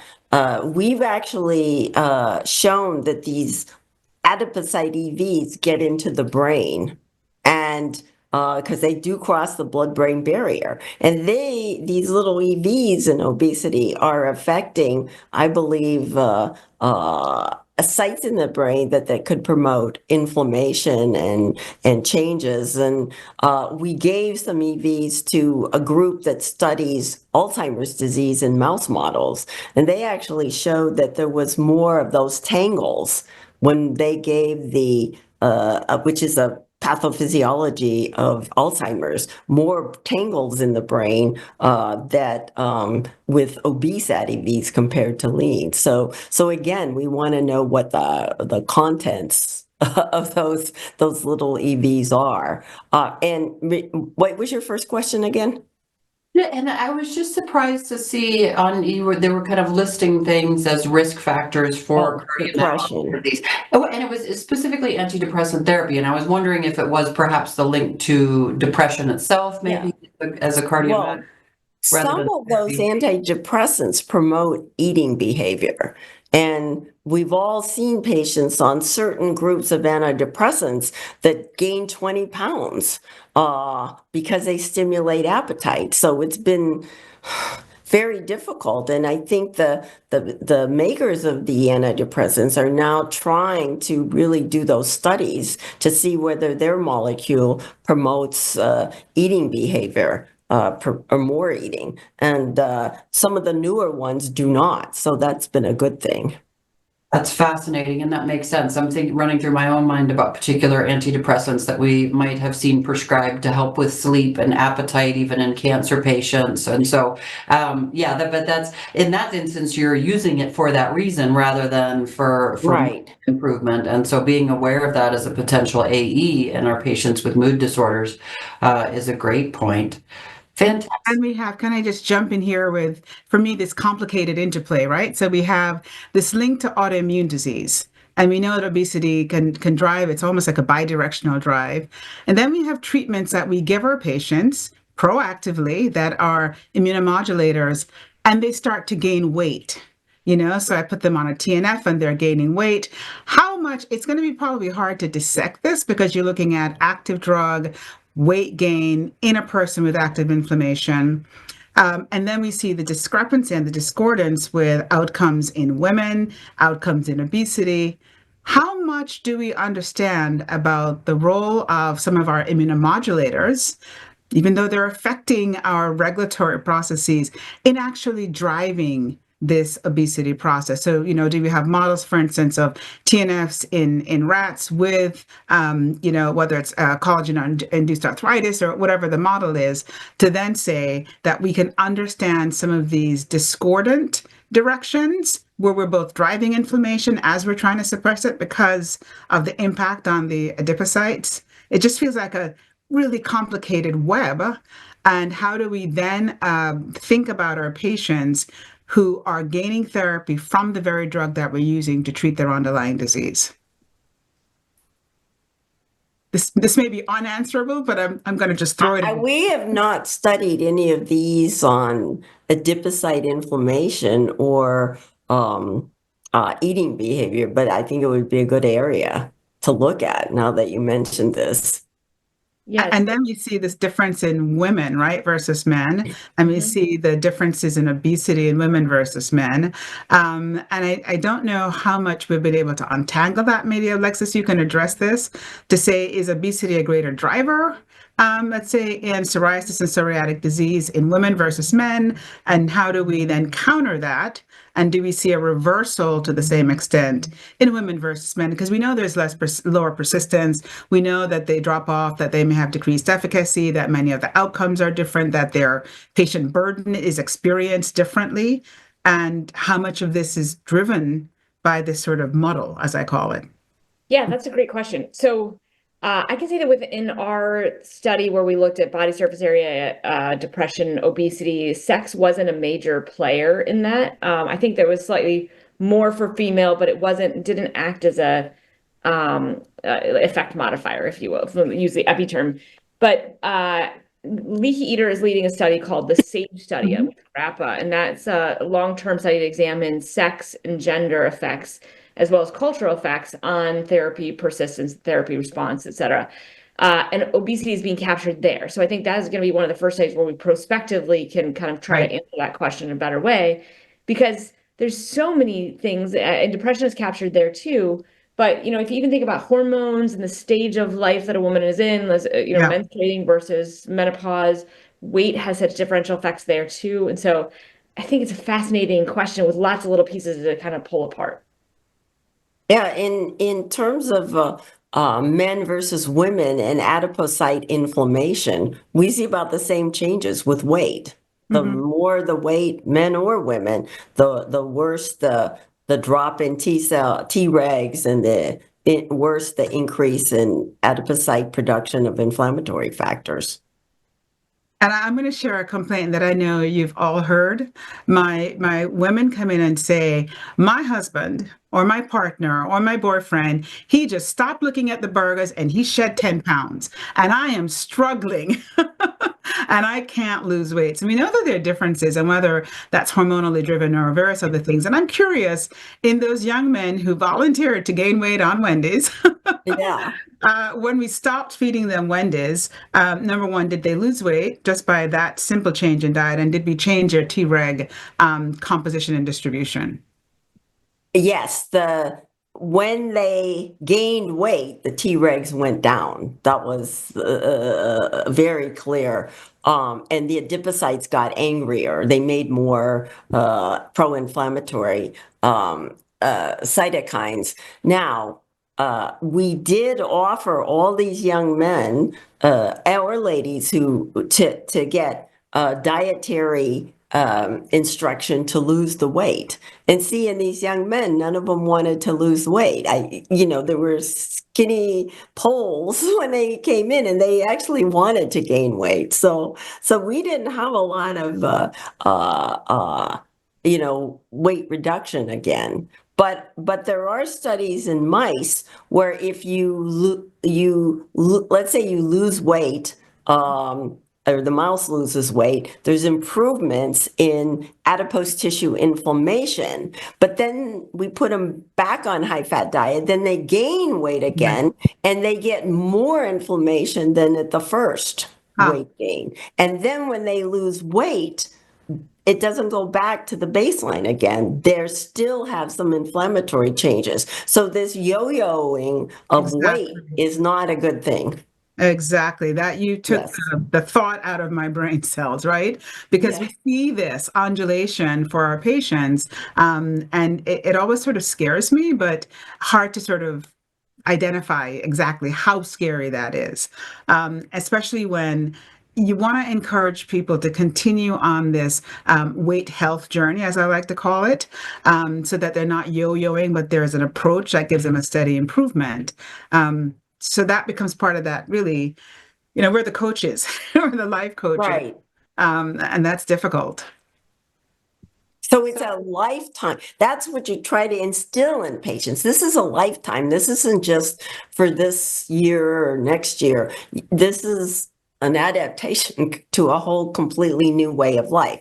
And there are patients who adapt and work with, that's what I like to have patients, like on GLP-1s or anything else, have a trainer to help them, Mhm. with the weight, and not only with the weight and doing proper, muscle building exercises, but also trainers help with the diet and keep people continuing on their journey rather than falling off the wagon. So it's good if you can get them into some kind of either a trainer or group that is going to be continuing the improvements in lifestyle. And accountability, that accountability factor is really Oh, important. yeah. Especially now, we also have our sarcopenic obesity patients, right? Mhm. So they look normal, but they have no muscle. And we know that that has a host of other negative outcomes in terms of frailty and a variety of things. So when we're looking at weight loss and muscle building, just from a dietary perspective, it's important, I think, that patients focus not just on what they reduce, on just reducing and removing calories, but making sure that they're building muscle as well. Yeah, Right. there is a Sexuality. study. Hmm. There is a study with GLP-1s. If you have a sedentary patient, that patient, for every 4 pounds they lose, 1 pound is muscle. Oh, If wow. you subject them to exercise, which is, I think it was a study, 5 days a week, cardio half and muscle strengthening the other half of the time. If you lose 10 pounds, then only 1 pound is muscle.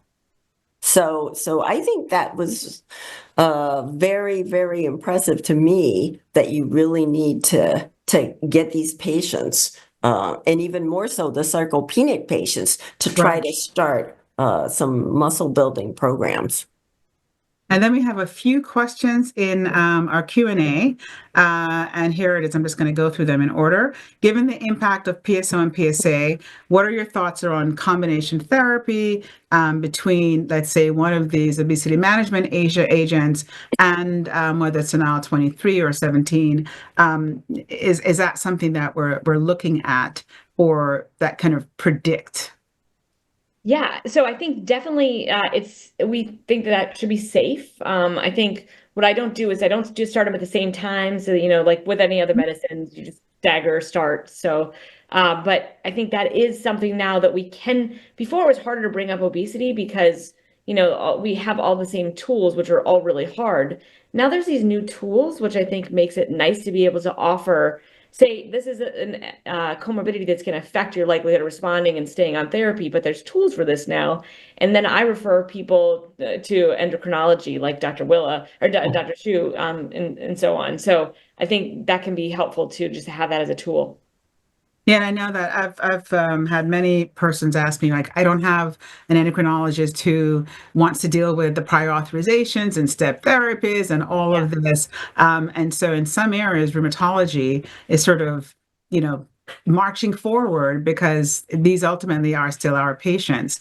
And I don't know, Will, if you have some advice for us budding room endos Yes, yeah, I'm who have glad. to do That's a this great co-management. combination. Rue Mendez.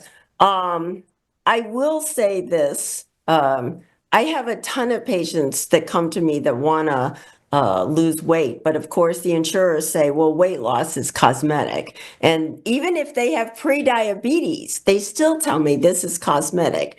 So I will say what we're doing with some of our patients, as you know, the GLP-1 GIP, tirzepatide, is very effective. Like I showed you many slides of weight loss. And this is not an advertisement. This is, I think, important. Lilly has a direct program. It's called Lilly Direct. And we are able to get these patients a vial, not the, most of our injections are in pens and you dial up the amount. This is a vial that you can that they give directly to the patient for a lot cheaper, but this patient still has to pay something. It's about $300 a month rather than $1,400 a month, and they have to draw it up in the syringe themselves and inject. But that's the real molecule, and so we've been. It's the FDA approved chemical molecule that I feel comfortable giving patients, and many want to do it this way. And you don't have to be diabetic. You don't have to be pre-diabetic. It's for anyone who wants to purchase it. So I think that's a good program.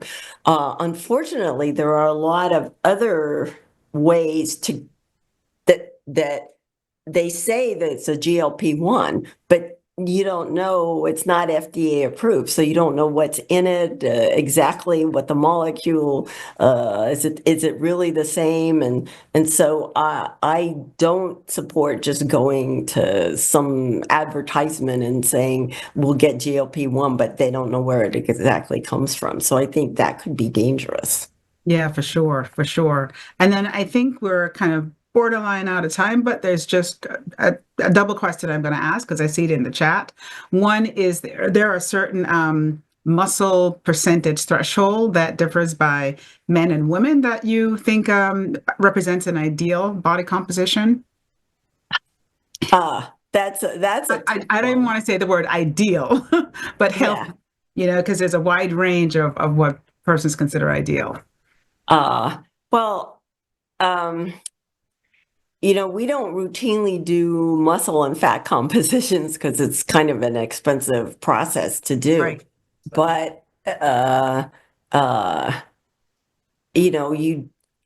think we focus more on the adiposity, and so you want adipose tissue to be going down and not the muscle tissue going down. So it's hard to say exactly. I think your question is, what is the ratio of muscle to adipose tissue? Yeah. That's I would say, let me not say, I don't know. Yeah, until we have that. I call these data dark voids. Yeah. If we don't know, we don't make it up. But it's important to know that we need muscle for a host of things, which also includes our metabolic and immunologic activity. So, Catherine, unless you have some other questions that you noticed or burning. I know, well, there are a lot of great questions, but I do think in the interest of time, we're just about 10 minutes behind. So I think we'll kick everybody off to a break. Please go ahead and take 15 minutes to go have a bio break, mingle, have a little food. We will come back here at 2:05 Eastern. If my math is correct, between here, I am over on Mountain Time. So 15 minutes and we'll meet back here. And thank you guys again for a wonderful presentation. I learned so much. And Thank you. Say, since we've been sitting for an hour and a half, do some walking on the spot so we get our metabolic rate back up. But we'll see you shortly in another 15 minutes. Thank you both.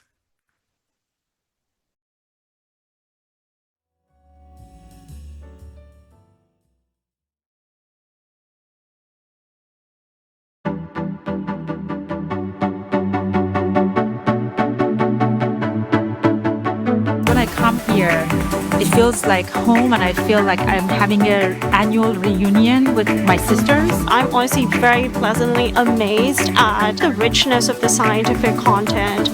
One of the things that drew me to AWIR, of course, is Dr. Wright. And you look at what she's done. She's thrown out these large arms, not only around the U.S., but around the whole world. The content is fantastic, but the networking and the people are the very best. You'll never come to a conference that's more fun than this one. Anyone I speak to here, I just feel even more empowered. It's like a refresher for the rest of the year.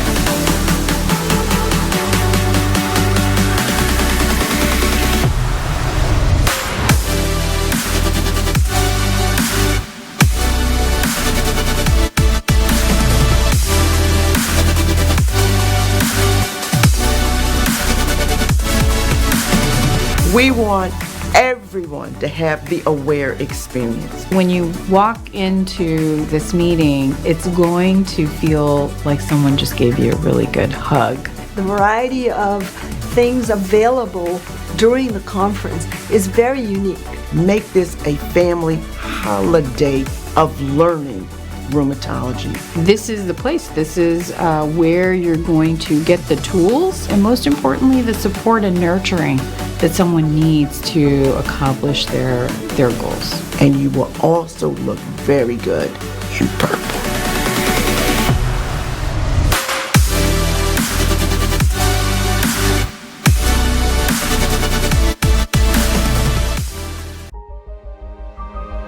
At AbbVie, the patient is our North Star, guiding everything we do. It's been over 2 decades since we introduced our first medication that opened up new possibilities for patients living with rheumatoid arthritis. Our commitment is steadfast. And we continue working with passion and drive to develop and deliver new treatments for patients with rheumatic conditions, helping them spend less time thinking about their diagnoses and more time living their lives. We're also committed to making sure your patients have the best possible access to our medications. We invite you to visit us online or contact your local sales representative to learn more about AbbVie medications and patient support programs, all designed to offer patients a positive treatment experience. We acknowledge and appreciate everything you do for your patients every day. Working together, we can fulfill our shared promise, helping your patients manage, move forward, and navigate their lives.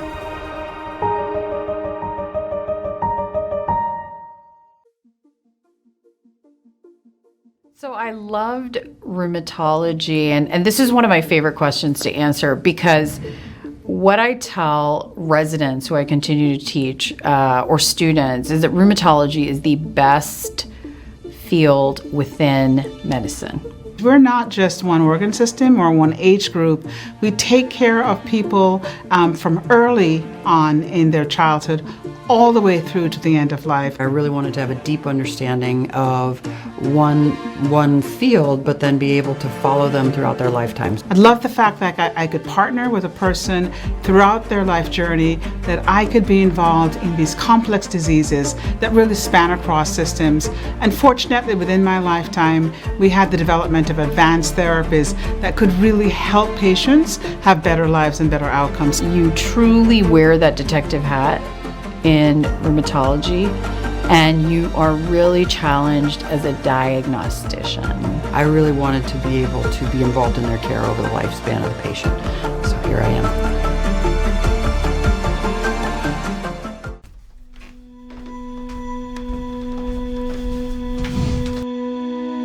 am. Dear Dr. Stephen, being active has been my escape and my therapy. Then all of a sudden, my outlet was gone. My life turned upside down when I was first diagnosed with ankylosing spondylitis. I'm writing this letter because you typically only see me when I'm in a lot of pain, frustrated by my disease, and not when I'm back to living my life and doing what I love. Before my AS diagnosis, I was always go, go, go. I had big dreams. I was on my college dance team. I was studying to be a nurse, and then it all fell apart. When the pain in my back started to worsen and become unbearable, simple things became harder and harder. I couldn't move like I used to. Before my AS diagnosis, my friends and I were always doing active things together. As the pain in my back became worse, those activities became impossible, and I saw my friends less. Everything came to a pause, and I couldn't help but think, is this going to be the rest of my life? I needed something that would work fast. I needed something that would last so I could return to my life. I was scared and frustrated about putting my life on hold. But you really listened to me. From the start, you could sense my impatience. I was desperate to find a medication that would work fast and would last. I didn't want to end up back in your office in search of another treatment. I felt seen by you. And even better, when I was at my lowest, I knew you still believed I could get better. Of course, not every day will be perfect, but because of you, I'm living my life again. Back to doing the activities I love. Because of you, I'll be hiking with my friends this weekend. Thank you will never be enough. With ongoing gratitude, Abby.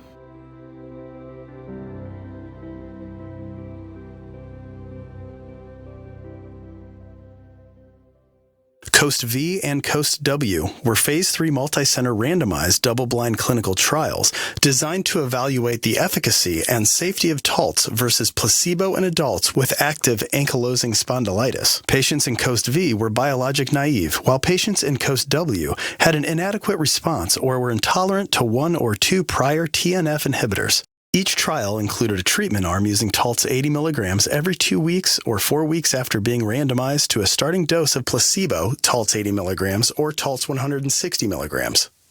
The approved AS dose for Taltz is 160 milligrams starting dose followed by Taltz 80 milligrams every 4 weeks. The primary efficacy endpoint for COAST V and W was the proportion of patients achieving ASAS-40 response at week 16. Both COAST V and W reached their primary efficacy endpoints with 48% of patients in COAST V and 25% of patients in COAST W achieving ASAS-40 at week 16. Improvements in spinal pain, function as measured by mean change in BASFI score, and inflammation as measured by mean of Bazadai questions 5 and 6 were seen at week 16, with some patients experiencing improvements as early as week 2. On the SF-36 physical component score, both biologic-naive and TNFI experienced patients treated with Taltz showed greater improvement from baseline. Common adverse events from both COAST V and W through week 16 included upper respiratory tract infection, injection site reactions, arthralgia, and diarrhea. Back pain and bronchitis were also reported during the extended treatment period. So why am I so passionate about advocacy? So when we're in the room with the patients, it's a one-on-one experience, and we are trying to provide care, but also have a lot of administrative tasks and things like this. So one of the things is I always feel like we're doing something outside of our box. You know, if we can't provide the medications that we are prescribing because patients can't afford them, then what good are they? So the patients are always very happy to hear when we tell them that we're going out, literally boots to the ground, and meeting with our legislators, with their local legislators. When I was in Mississippi, it was them, and currently it's Wisconsin, just to basically educate our legislators. What is rheumatology? What are our main concerns? And a lot of these bills that we're voting for or supporting, it's not just for our specialty, but for instance, equal pay for males and females. We have access to specialty drugs, which can be any specialty. I mean, neurology, hematology, oncology, rheumatology, we all have the same concerns.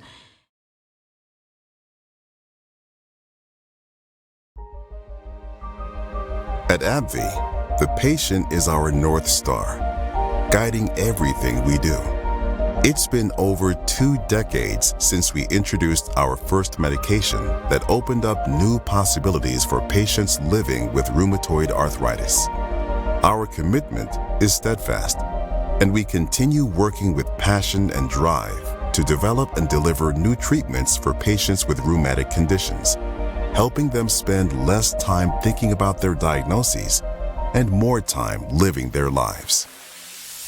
We're also committed to making sure your patients have the best possible access to our medications.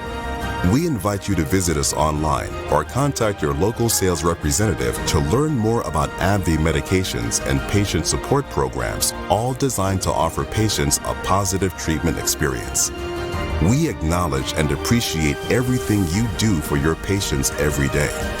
Working together, we can fulfill our shared promise, helping your patients manage, move forward, and navigate their lives.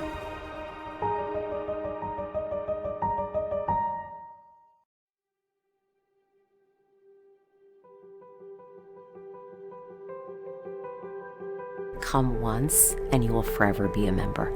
Come once, you are welcomed. It is amazing. The networking is great. The education is great. It is balanced. Everyone has fun. It's a meeting that I look to every year, and I would not miss this meeting. I think I started in 2020. It was virtual that year. Then I came in person in 2021, and I was sold.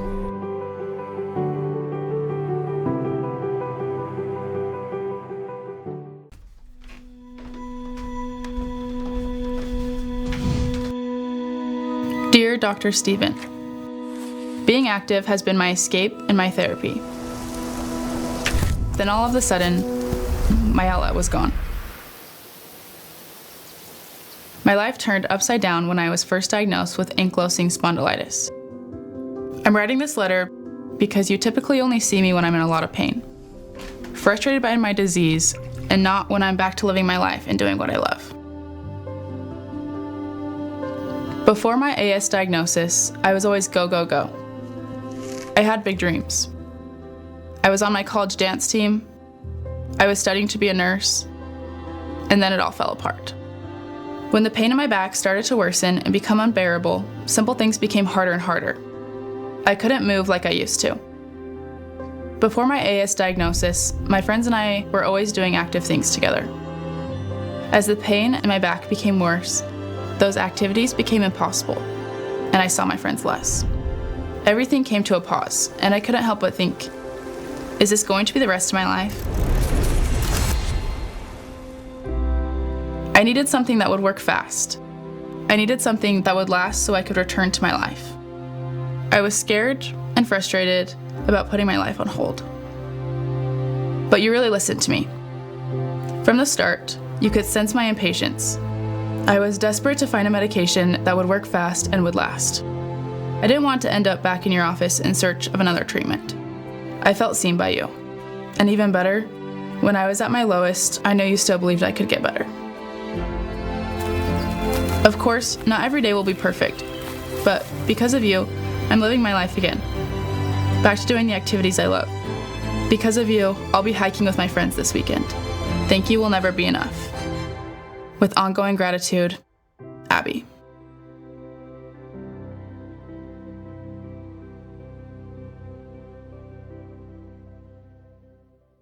COAST V and COAST W were Phase 3 multi-center randomized double-blind clinical trials designed to evaluate the efficacy and safety of Taltz versus placebo in adults with active ankylosing spondylitis. Patients in COAST V were biologic naive, while patients in COAST W had an inadequate response or were intolerant to 1 or 2 prior TNF inhibitors. Each trial included a treatment arm using Taltz 80 milligrams every 2 weeks or 4 weeks after being randomized to a starting dose of placebo, Taltz 80 milligrams, or Taltz 160 milligrams. The approved AS dose for Taltz is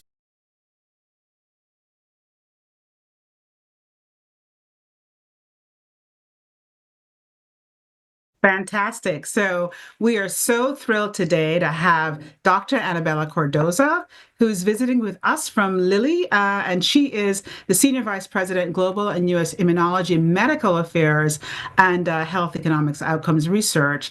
And she's been a great friend and colleague, both as a rheumatologist and as really one of our leaders in industry. So it is my distinct pleasure to welcome Annabella to the stage. Dr. Cardoza, take it away. Thank you. Thank you very much, Dr. Wright. And first of all, thank you for the invitation for this great meeting. And thank you for the content. I have been listening and I am thrilled by the way it's approached and by the focus on improving patient outcomes at the end of the day. I think we all share those. Like I said, I am a rheumatologist working in industry now for more than 20 years. And my passion continues to be to improve patients' lives. In this case, through Lilly. And so I'm very pleased to introduce and share some highlights from what Lilly is doing and what Lilly is planning to do in the future in the field of rheumatology, building in our heritage. With this, this is a presentation for healthcare providers like the audience here. And of course, these are my disclosures. I am a shareholder of Lilly. So to start with, I would like to share a little bit the Lilly's history in immunology, which much of you know, but just like highlighting some areas. Immunology is one of the newest areas of Lilly, since in our more than 140 years, we have been known by several other therapeutic areas like antibiotics, vaccines, and most recently diabetes. However, we've been in the immunology field for more than 10 years now, and with this tenure, we already launched and we're one of the newest or the fewest companies that currently is marketing 4 medicines with 4 different advanced mechanisms of action to treat immune-mediated diseases, and you probably are familiar with them, ixekizumab, baricitinib, mirikizumab, and lebrikizumab, not for rheumatology, but for other conditions. So we really span over rheumatology, dermatology, gastroenterology, and we try to tackle the most unmet medical needs and most of the most important autoimmune diseases or immune-mediated diseases in these 3 therapeutic areas, where, as we have been discussing here, for rheumatology, there continues to be unmet medical need. There continues to be the need for better care, holistic care, and even better treatments. We also are proud that with our footprint, and I want to share that, we have already delivered treatments to more than 1.5 million people around the world with autoimmune conditions. And this number keeps increasing as we continue to pursue our focus on more patients, more data, more medicines, and improving the life of these patients.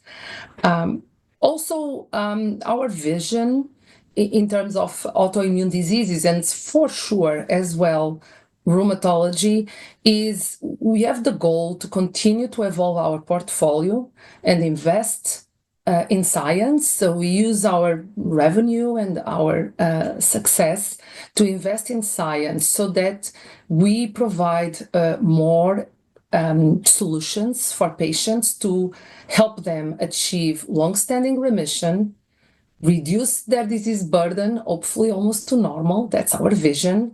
And our big, bold vision is to really improve their overall health so that in a couple of years from now, we could say Lilly is helping patients with rheumatological conditions have a more normal life and have an improved health condition. That's our vision for the future. And we have a large portfolio of molecules, which I will also discuss a little bit.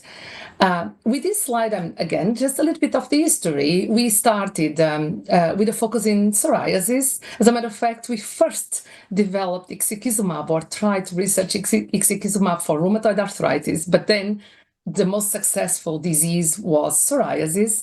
And from there onwards, we followed soon with focusing on the rheumatic diseases, including PSA and axSpA with ixekizumab, but also rheumatoid arthritis with our JAK inhibitor, baricitinib, and we continue to try to improve those two medicines and provide better solutions for patients. We further develop in other conditions, and most lately, we also brought to the market medicines that are influencing or improving patients with IBD diseases like mirikizumab and Ebglyss for atopic dermatitis. Furthermore, we do have a portfolio of trying to improve these medicines and having more subsequent indications. I would say that in addition to the approved medicines you see here, Lilly is also exploring new approaches in rheumatology. And that means we are trying, new frontiers of what the science of incretins can provide or can help these patients with rheumatic conditions and providers that treat them to manage these chronic conditions better by addressing comorbidities, by addressing risk factors, like obesity, which was highly debated already today as an important component of managing of these patients, to aim for the holistic care that may influence outcomes for patients living with these diseases. Specifically, Lilly is conducting research to investigate the relationship between psoriatic disease, psoriasis, and psoriatic arthritis, and obesity in clinical trials. And our aim is to investigate if we can support improved outcomes for patients with these conditions with the medicines that the Lilly portfolio provides. We are also seeking new ways to ensure that our medicines are accessible. There is no patient improvement if the medicines cannot be prescribed and affordable. So we continue to pay attention, listen to the patient needs, listen to yourselves and the healthcare providers, and how can we continue to reduce cost barriers and ensure that patients and yourselves can prescribe the medicines and have access to our treatments. It's a huge focus for us today and for the future. This is just a snapshot of a little bit of our portfolio. It's not a full overview, but I wanted to share a little bit of what we are doing. You could see some of these new mechanisms of action you see here.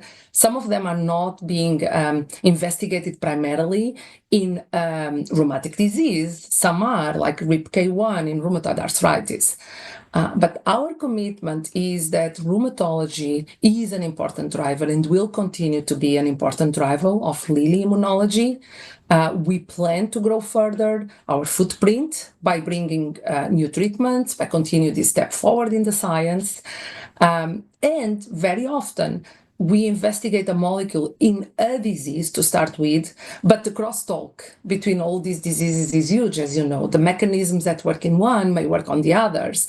And so if one is successful, our plan is to really faster than in the past, pivot to other diseases where these molecules may be used. And this is going to be our driver for this pipeline or for things that are still in discovery and are not yet disclosed here. But I will also say we are committed with big bets. Where the science is, Lilly is committed to follow. I'm very excited about that because we have the support of our leadership for that. So we want to expand biologics. We want to expand new technologies of biologics, expand small molecule pipeline, including oral medicines that may provide a different solution for patients, maybe easier, even sRNAs and combination treatments. It's all in our spectrum. And whenever we look at our pipeline, we always want to continue to see out of those medicines, those combinations, those discoveries, which of them will also be helpful for patients with rheumatic diseases, since we continue to be very committed to bring solutions, besides the ones we already launched, for people with rheumatological conditions. So this is a snapshot of our portfolio, and I just want to finish with this is what we do in drug discovery. That's what pharmaceutical companies do. We reinvest our success in discovering more medicines and then help bringing them to the field, help educate, help access, help patients. But we couldn't do any of that if we did not be for the partnerships. So we partner with investigators to develop the medicines, really important. But then later on, we partner with associations like this one, and we go along several years with Dr. Wright and this association and many others, because there's no way, as a pharmaceutical company, we can be successful if we don't partner in progress the advances, in progress the medical education, in progressing the clinical care of patients, which is not in our hands, it's in your hands. We try to provide the tools. So Lilly highly values this partnership. We will continue to seek for engagement, collaborations, and partnership with groups like this one, because we are just one part of the full goal of improving patient care. And we are humble enough to know without you, without your partnership, you would not be successful. But we really want to continue with the goal of, by 2030, make really improvements in patient lives. So thank you very much for the partnership. Thank you for the friendship. And thank you for having me here.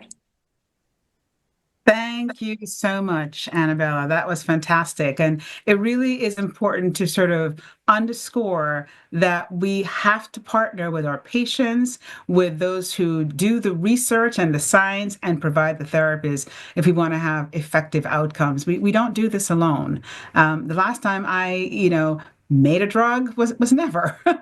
But we can partner and support and educate and be curious and come up with new linkages, and then engage in collaborative care. We've talked about room derm. Now we're talking about room endo. We've talked about room cardio. We live alongside our partners in these spaces. So thank you so much. And we look forward to the next time that we meet again. Thank you. So now we are going to segue into the final talk for our session, and I will formally and properly introduce our esteemed Dr. Catherine Bakewell. So Dr. Bakewell trained at the University of Washington in Seattle, where she obtained her MD, did her residence and fellowship certifications, and she practiced for 2 years in Seattle with Dr. Philip Meese, who we know very well, at Seattle Rheumatology Associates, simultaneously remaining faculty for UW at the VA Medical Center, Puget Sound, where she introduced musculoskeletal ultrasound to the fellowship training curriculum. So behind her back and in front of her face, we call her our ultrasound queen. And this is why. She currently practices at Intermountain Healthcare in Salt Lake City, Utah. She's an active member and mentor for US Sonar, where she serves also as a president of US Sonar.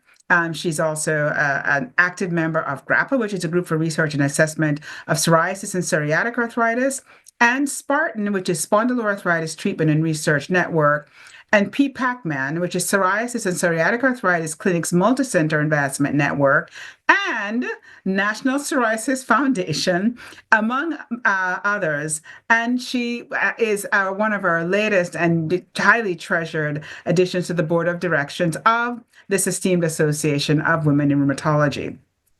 She helped to launch the local chapter in Utah and remains a vital component, leading and champion and co-chairing there with our other Utah local chapter leads. And she also remains active in research, including NIH-funded research in the arena of musculoskeletal ultrasound, and currently serves as co-lead for the ACR guidance for the use of musculoskeletal ultrasound in inflammatory arthritis, and continues to teach and lecture nationally. And I'll put a plug, this is why you come to the annual conference in person, because you will be led in an interactive workshop with Dr. Catherine Bakewell.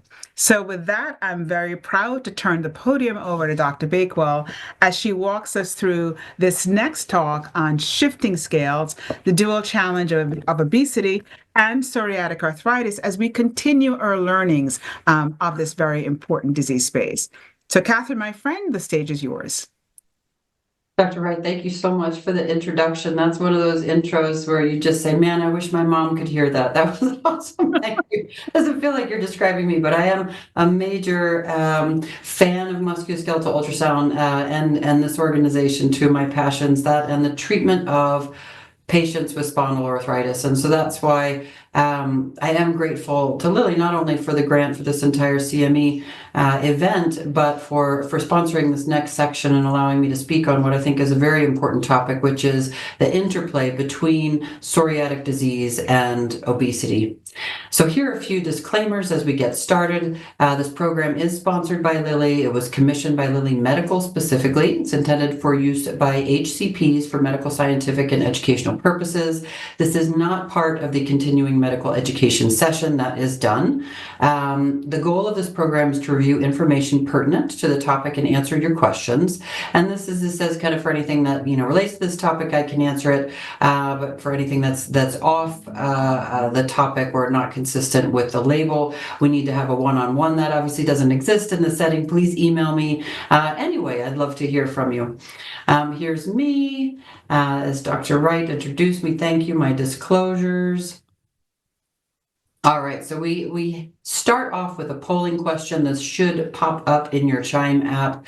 Approximately what percentage of your patients with psoriatic arthritis have obesity?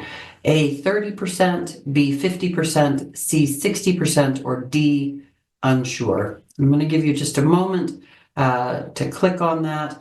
And we don't share the pre-survey results, just FYI. This is just kind of for our curiosity about what your perception is in your practice. And more about your practice. How do you support weight loss in the majority of your patients with psoriatic arthritis who have obesity? Do you advise on diet and exercise to support self-management? Do you refer them out to a dietitian or an endocrinologist? Do you actually yourself prescribe a weight loss pharmacotherapy? Or do you say, look, weight management is not really a part of my regular care for my patients who have concomitant obesity?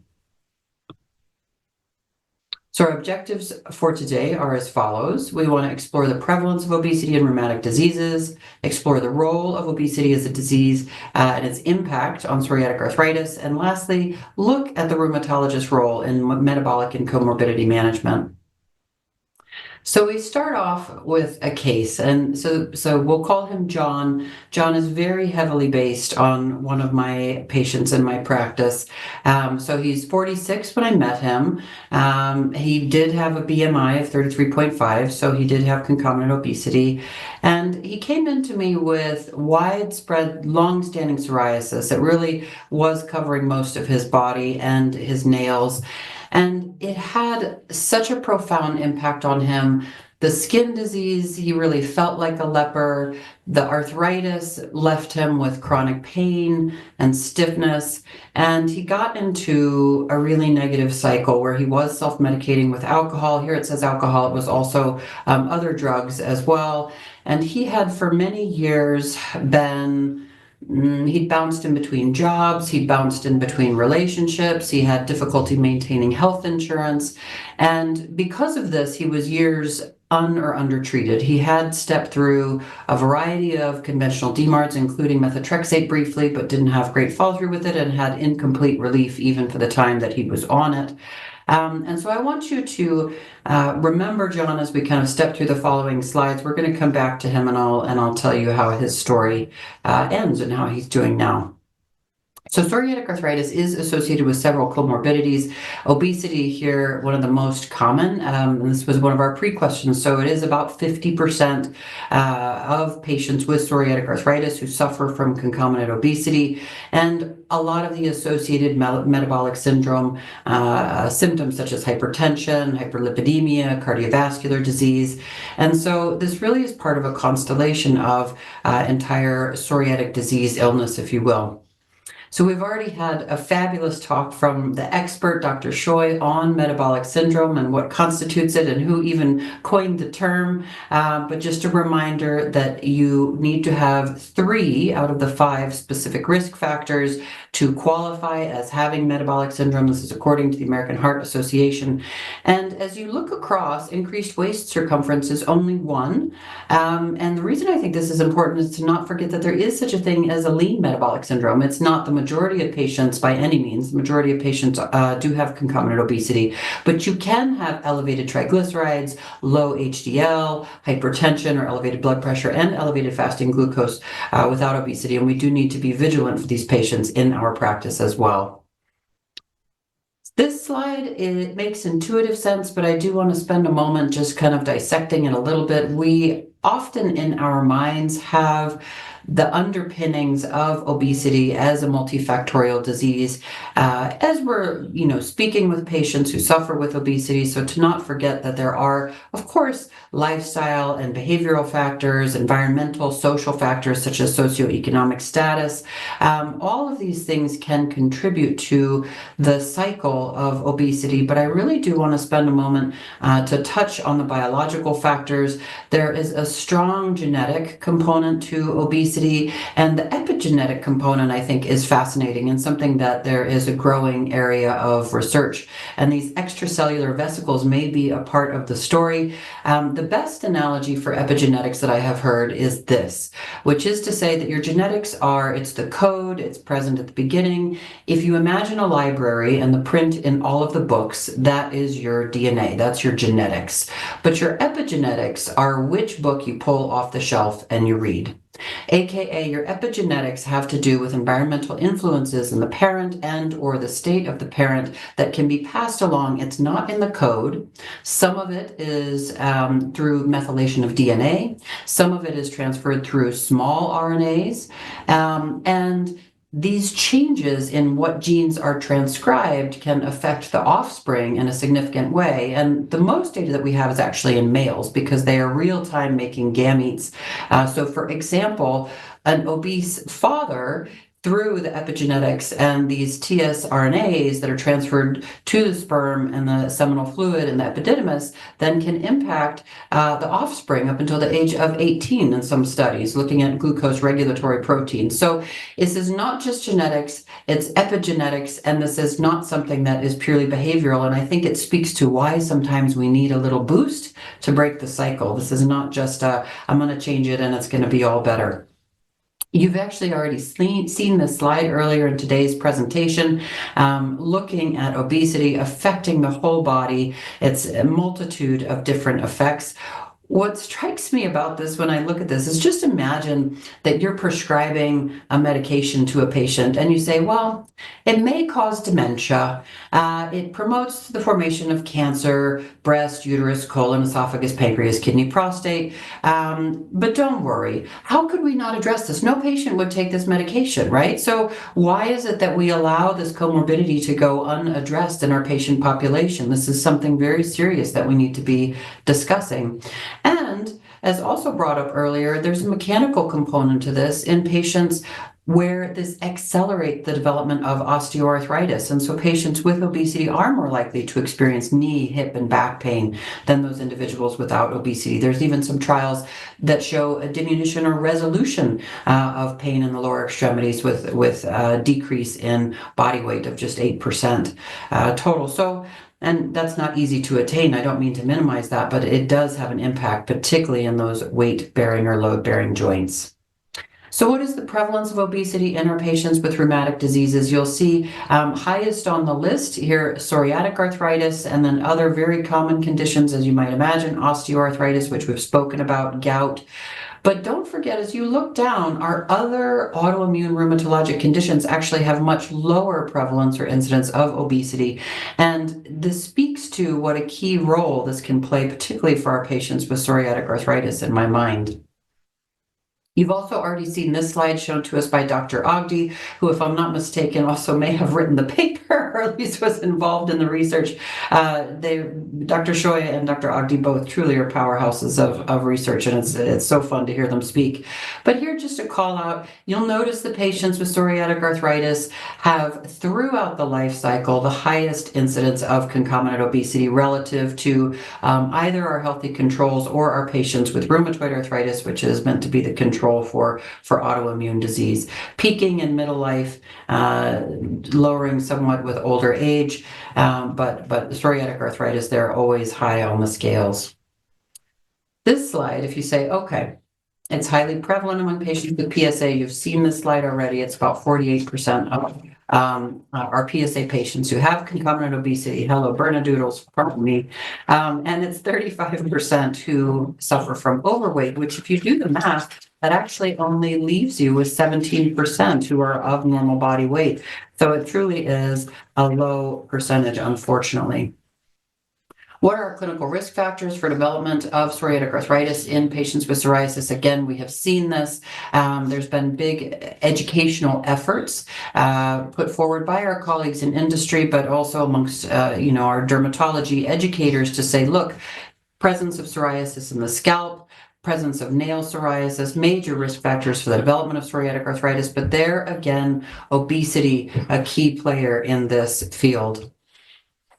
What is the effect of obesity on clinical characteristics in patients with PSA? What I want you to notice here, so patients with obesity on the right and without on the left, if you just look at this disease activity in psoriatic arthritis, you'll notice it doubles in patients with obesity. Same for the presence of other metabolic syndrome features such as dyslipidemia, hypertension, and even nail disease.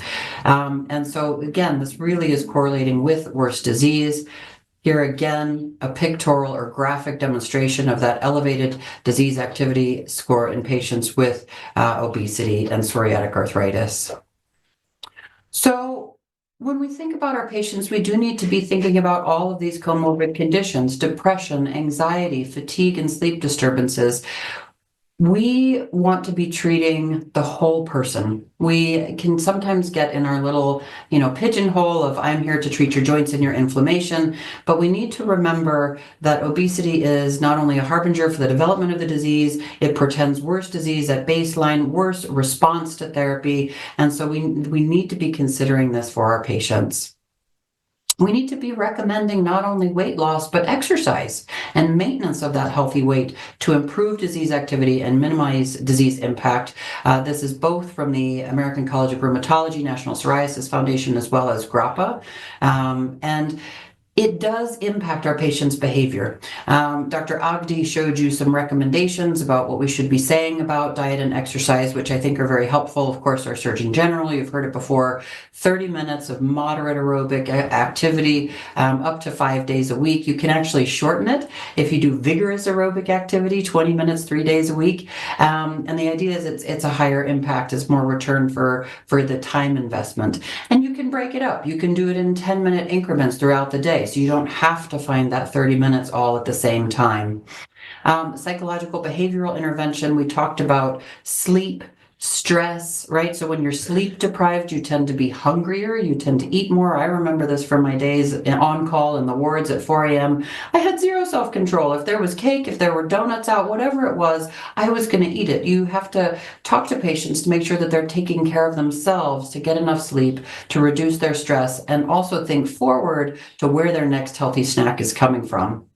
Pharmacological interventions, the American Heart Association says that any individual with a BMI 27 to 30 with comorbidities, so things like hypertension, obstructive sleep apnea, diabetes, they are a candidate for pharmacological intervention. And then any individual, regardless of comorbidities, with a BMI over 30 is a candidate for these medications.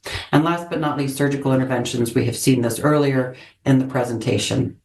So I want to bring it back now to John. So here he is in our clinic with widespread psoriasis, no insurance, polyarthritis, and unfortunately, with the years of not having been treated, he had considerable evidence of fusion in his neck and spine. So difficulty, for example, seeing his blind spot when he would try to look back in the rearview mirror. He was self-medicating with alcohol, had a very high tender swollen joint count, dactylitis, involvement of fingernails, and abnormal laboratory studies, including an elevated CRP, mildly elevated AST, ALT, and negative rheumatoid factor. So what did we do for him?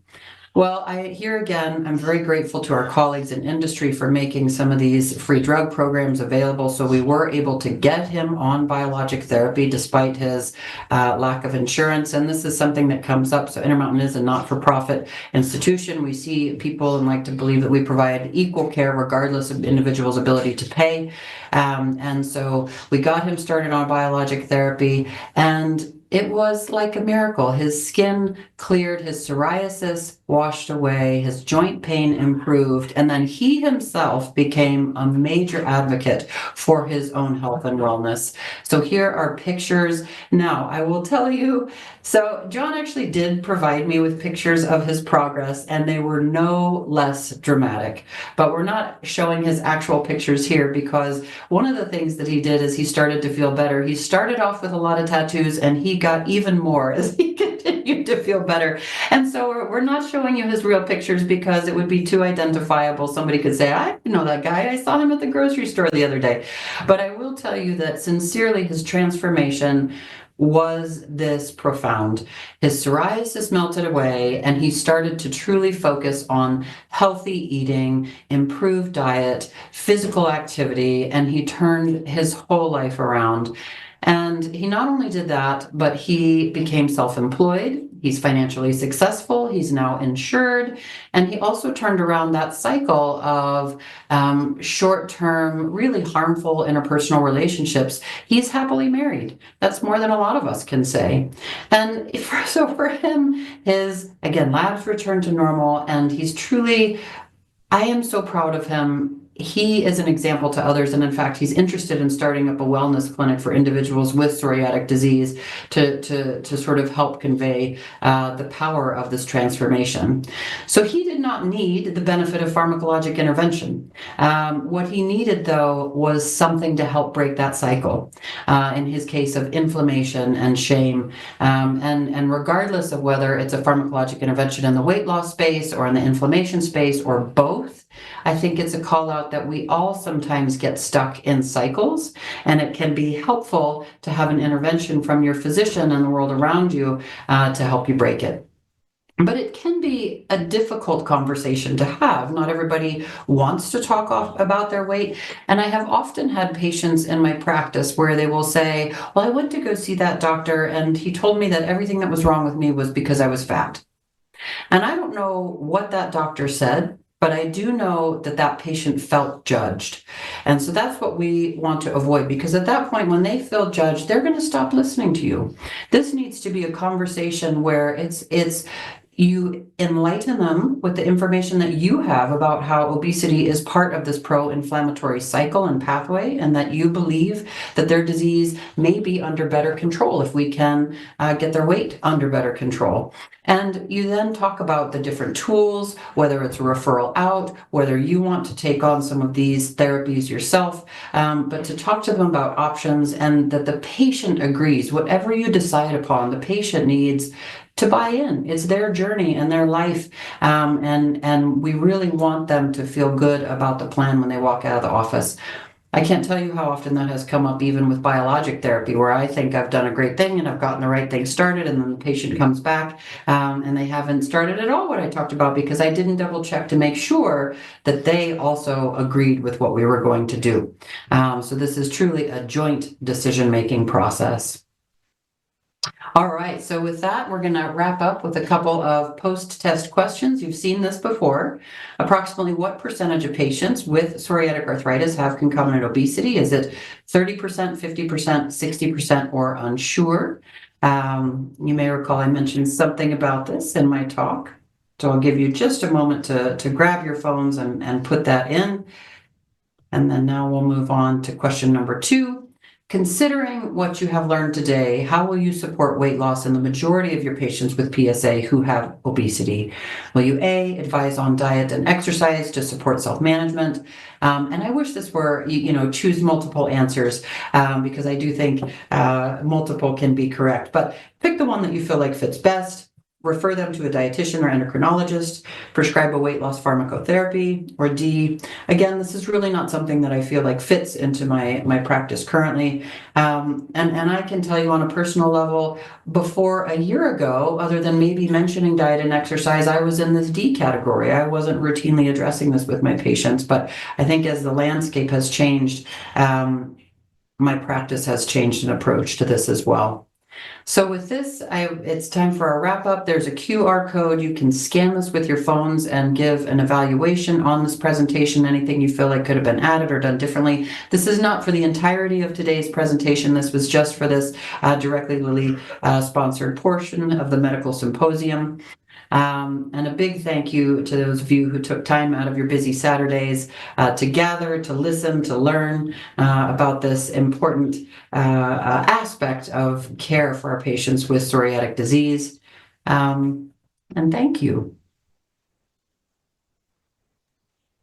Thank you so much for that, Dr. Bakewell. Really emphasizing the importance of, number one, recognizing that our patients need more than just their skin and bones managed in diseases in which this becomes an important concept, but also really emphasizing the importance of collaborative care, collaborating with our fellow specialists who can educate us and really sort of give us all the tips and the trips and assist in management, but also collaborate with our patients so that as we inform, educate, and empower and do all of these things, that they become part of what I've always called that therapeutic alliance, where we're not doing a tug of war of I'm giving and you're resisting, but we're working together to find a solution that's going to work for you and benefit you. So thank you so much for that.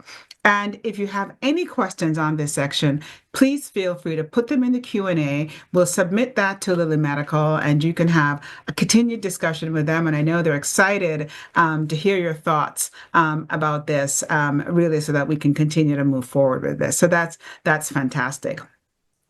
So with this, we're going to now focus on the end of this and really thankful for everyone who's watching. We've got watch parties in all over, and we've got people watching from even more sites all across the world. And so for that, we're really thrilled, even though we may have any more coming from the massive land on which I sit today, but we really are thrilled to know that we can provide education that impacts patients in different cultural states, in different language zones, in different care regions, so that we can improve the outcome around the world.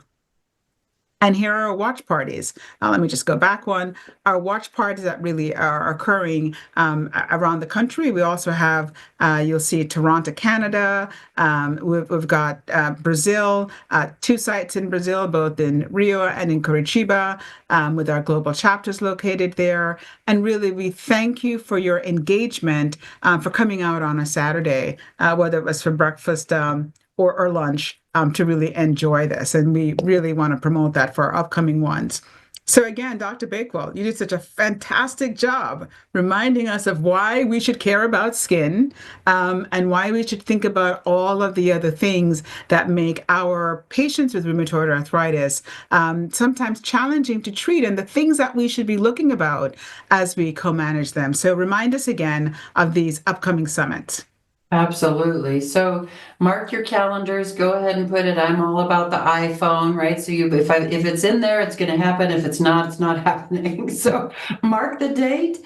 And again, you can go ahead and register now and select your location later.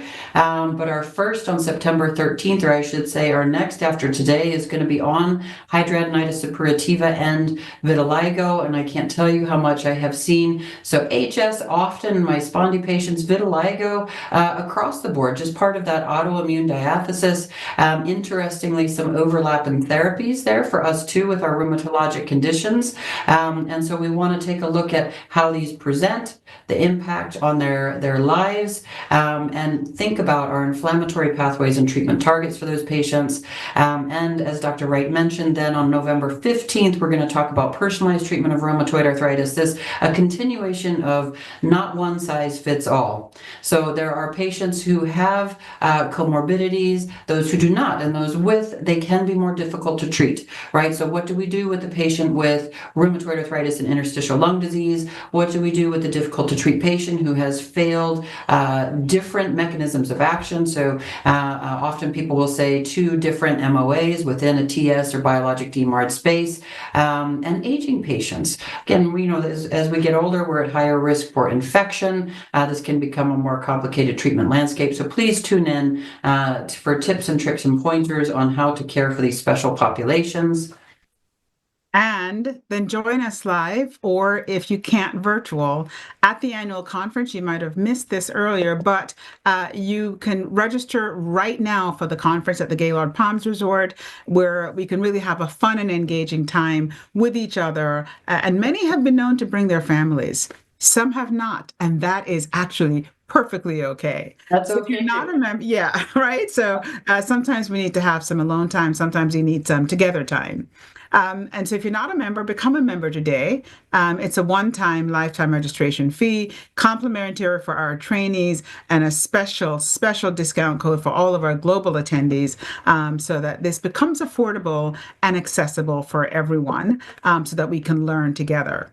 And so along with Dr. Bakewell and the entire board of directors that you see here cheering on at our AWIR 2024 conference, we thank you today for joining us and supporting us, and for spreading the word about how we can be of greater impact in the lives and disease management of our patients. So Catherine, thank you for joining me, for being here on the stage with me, and have a great rest of your weekend.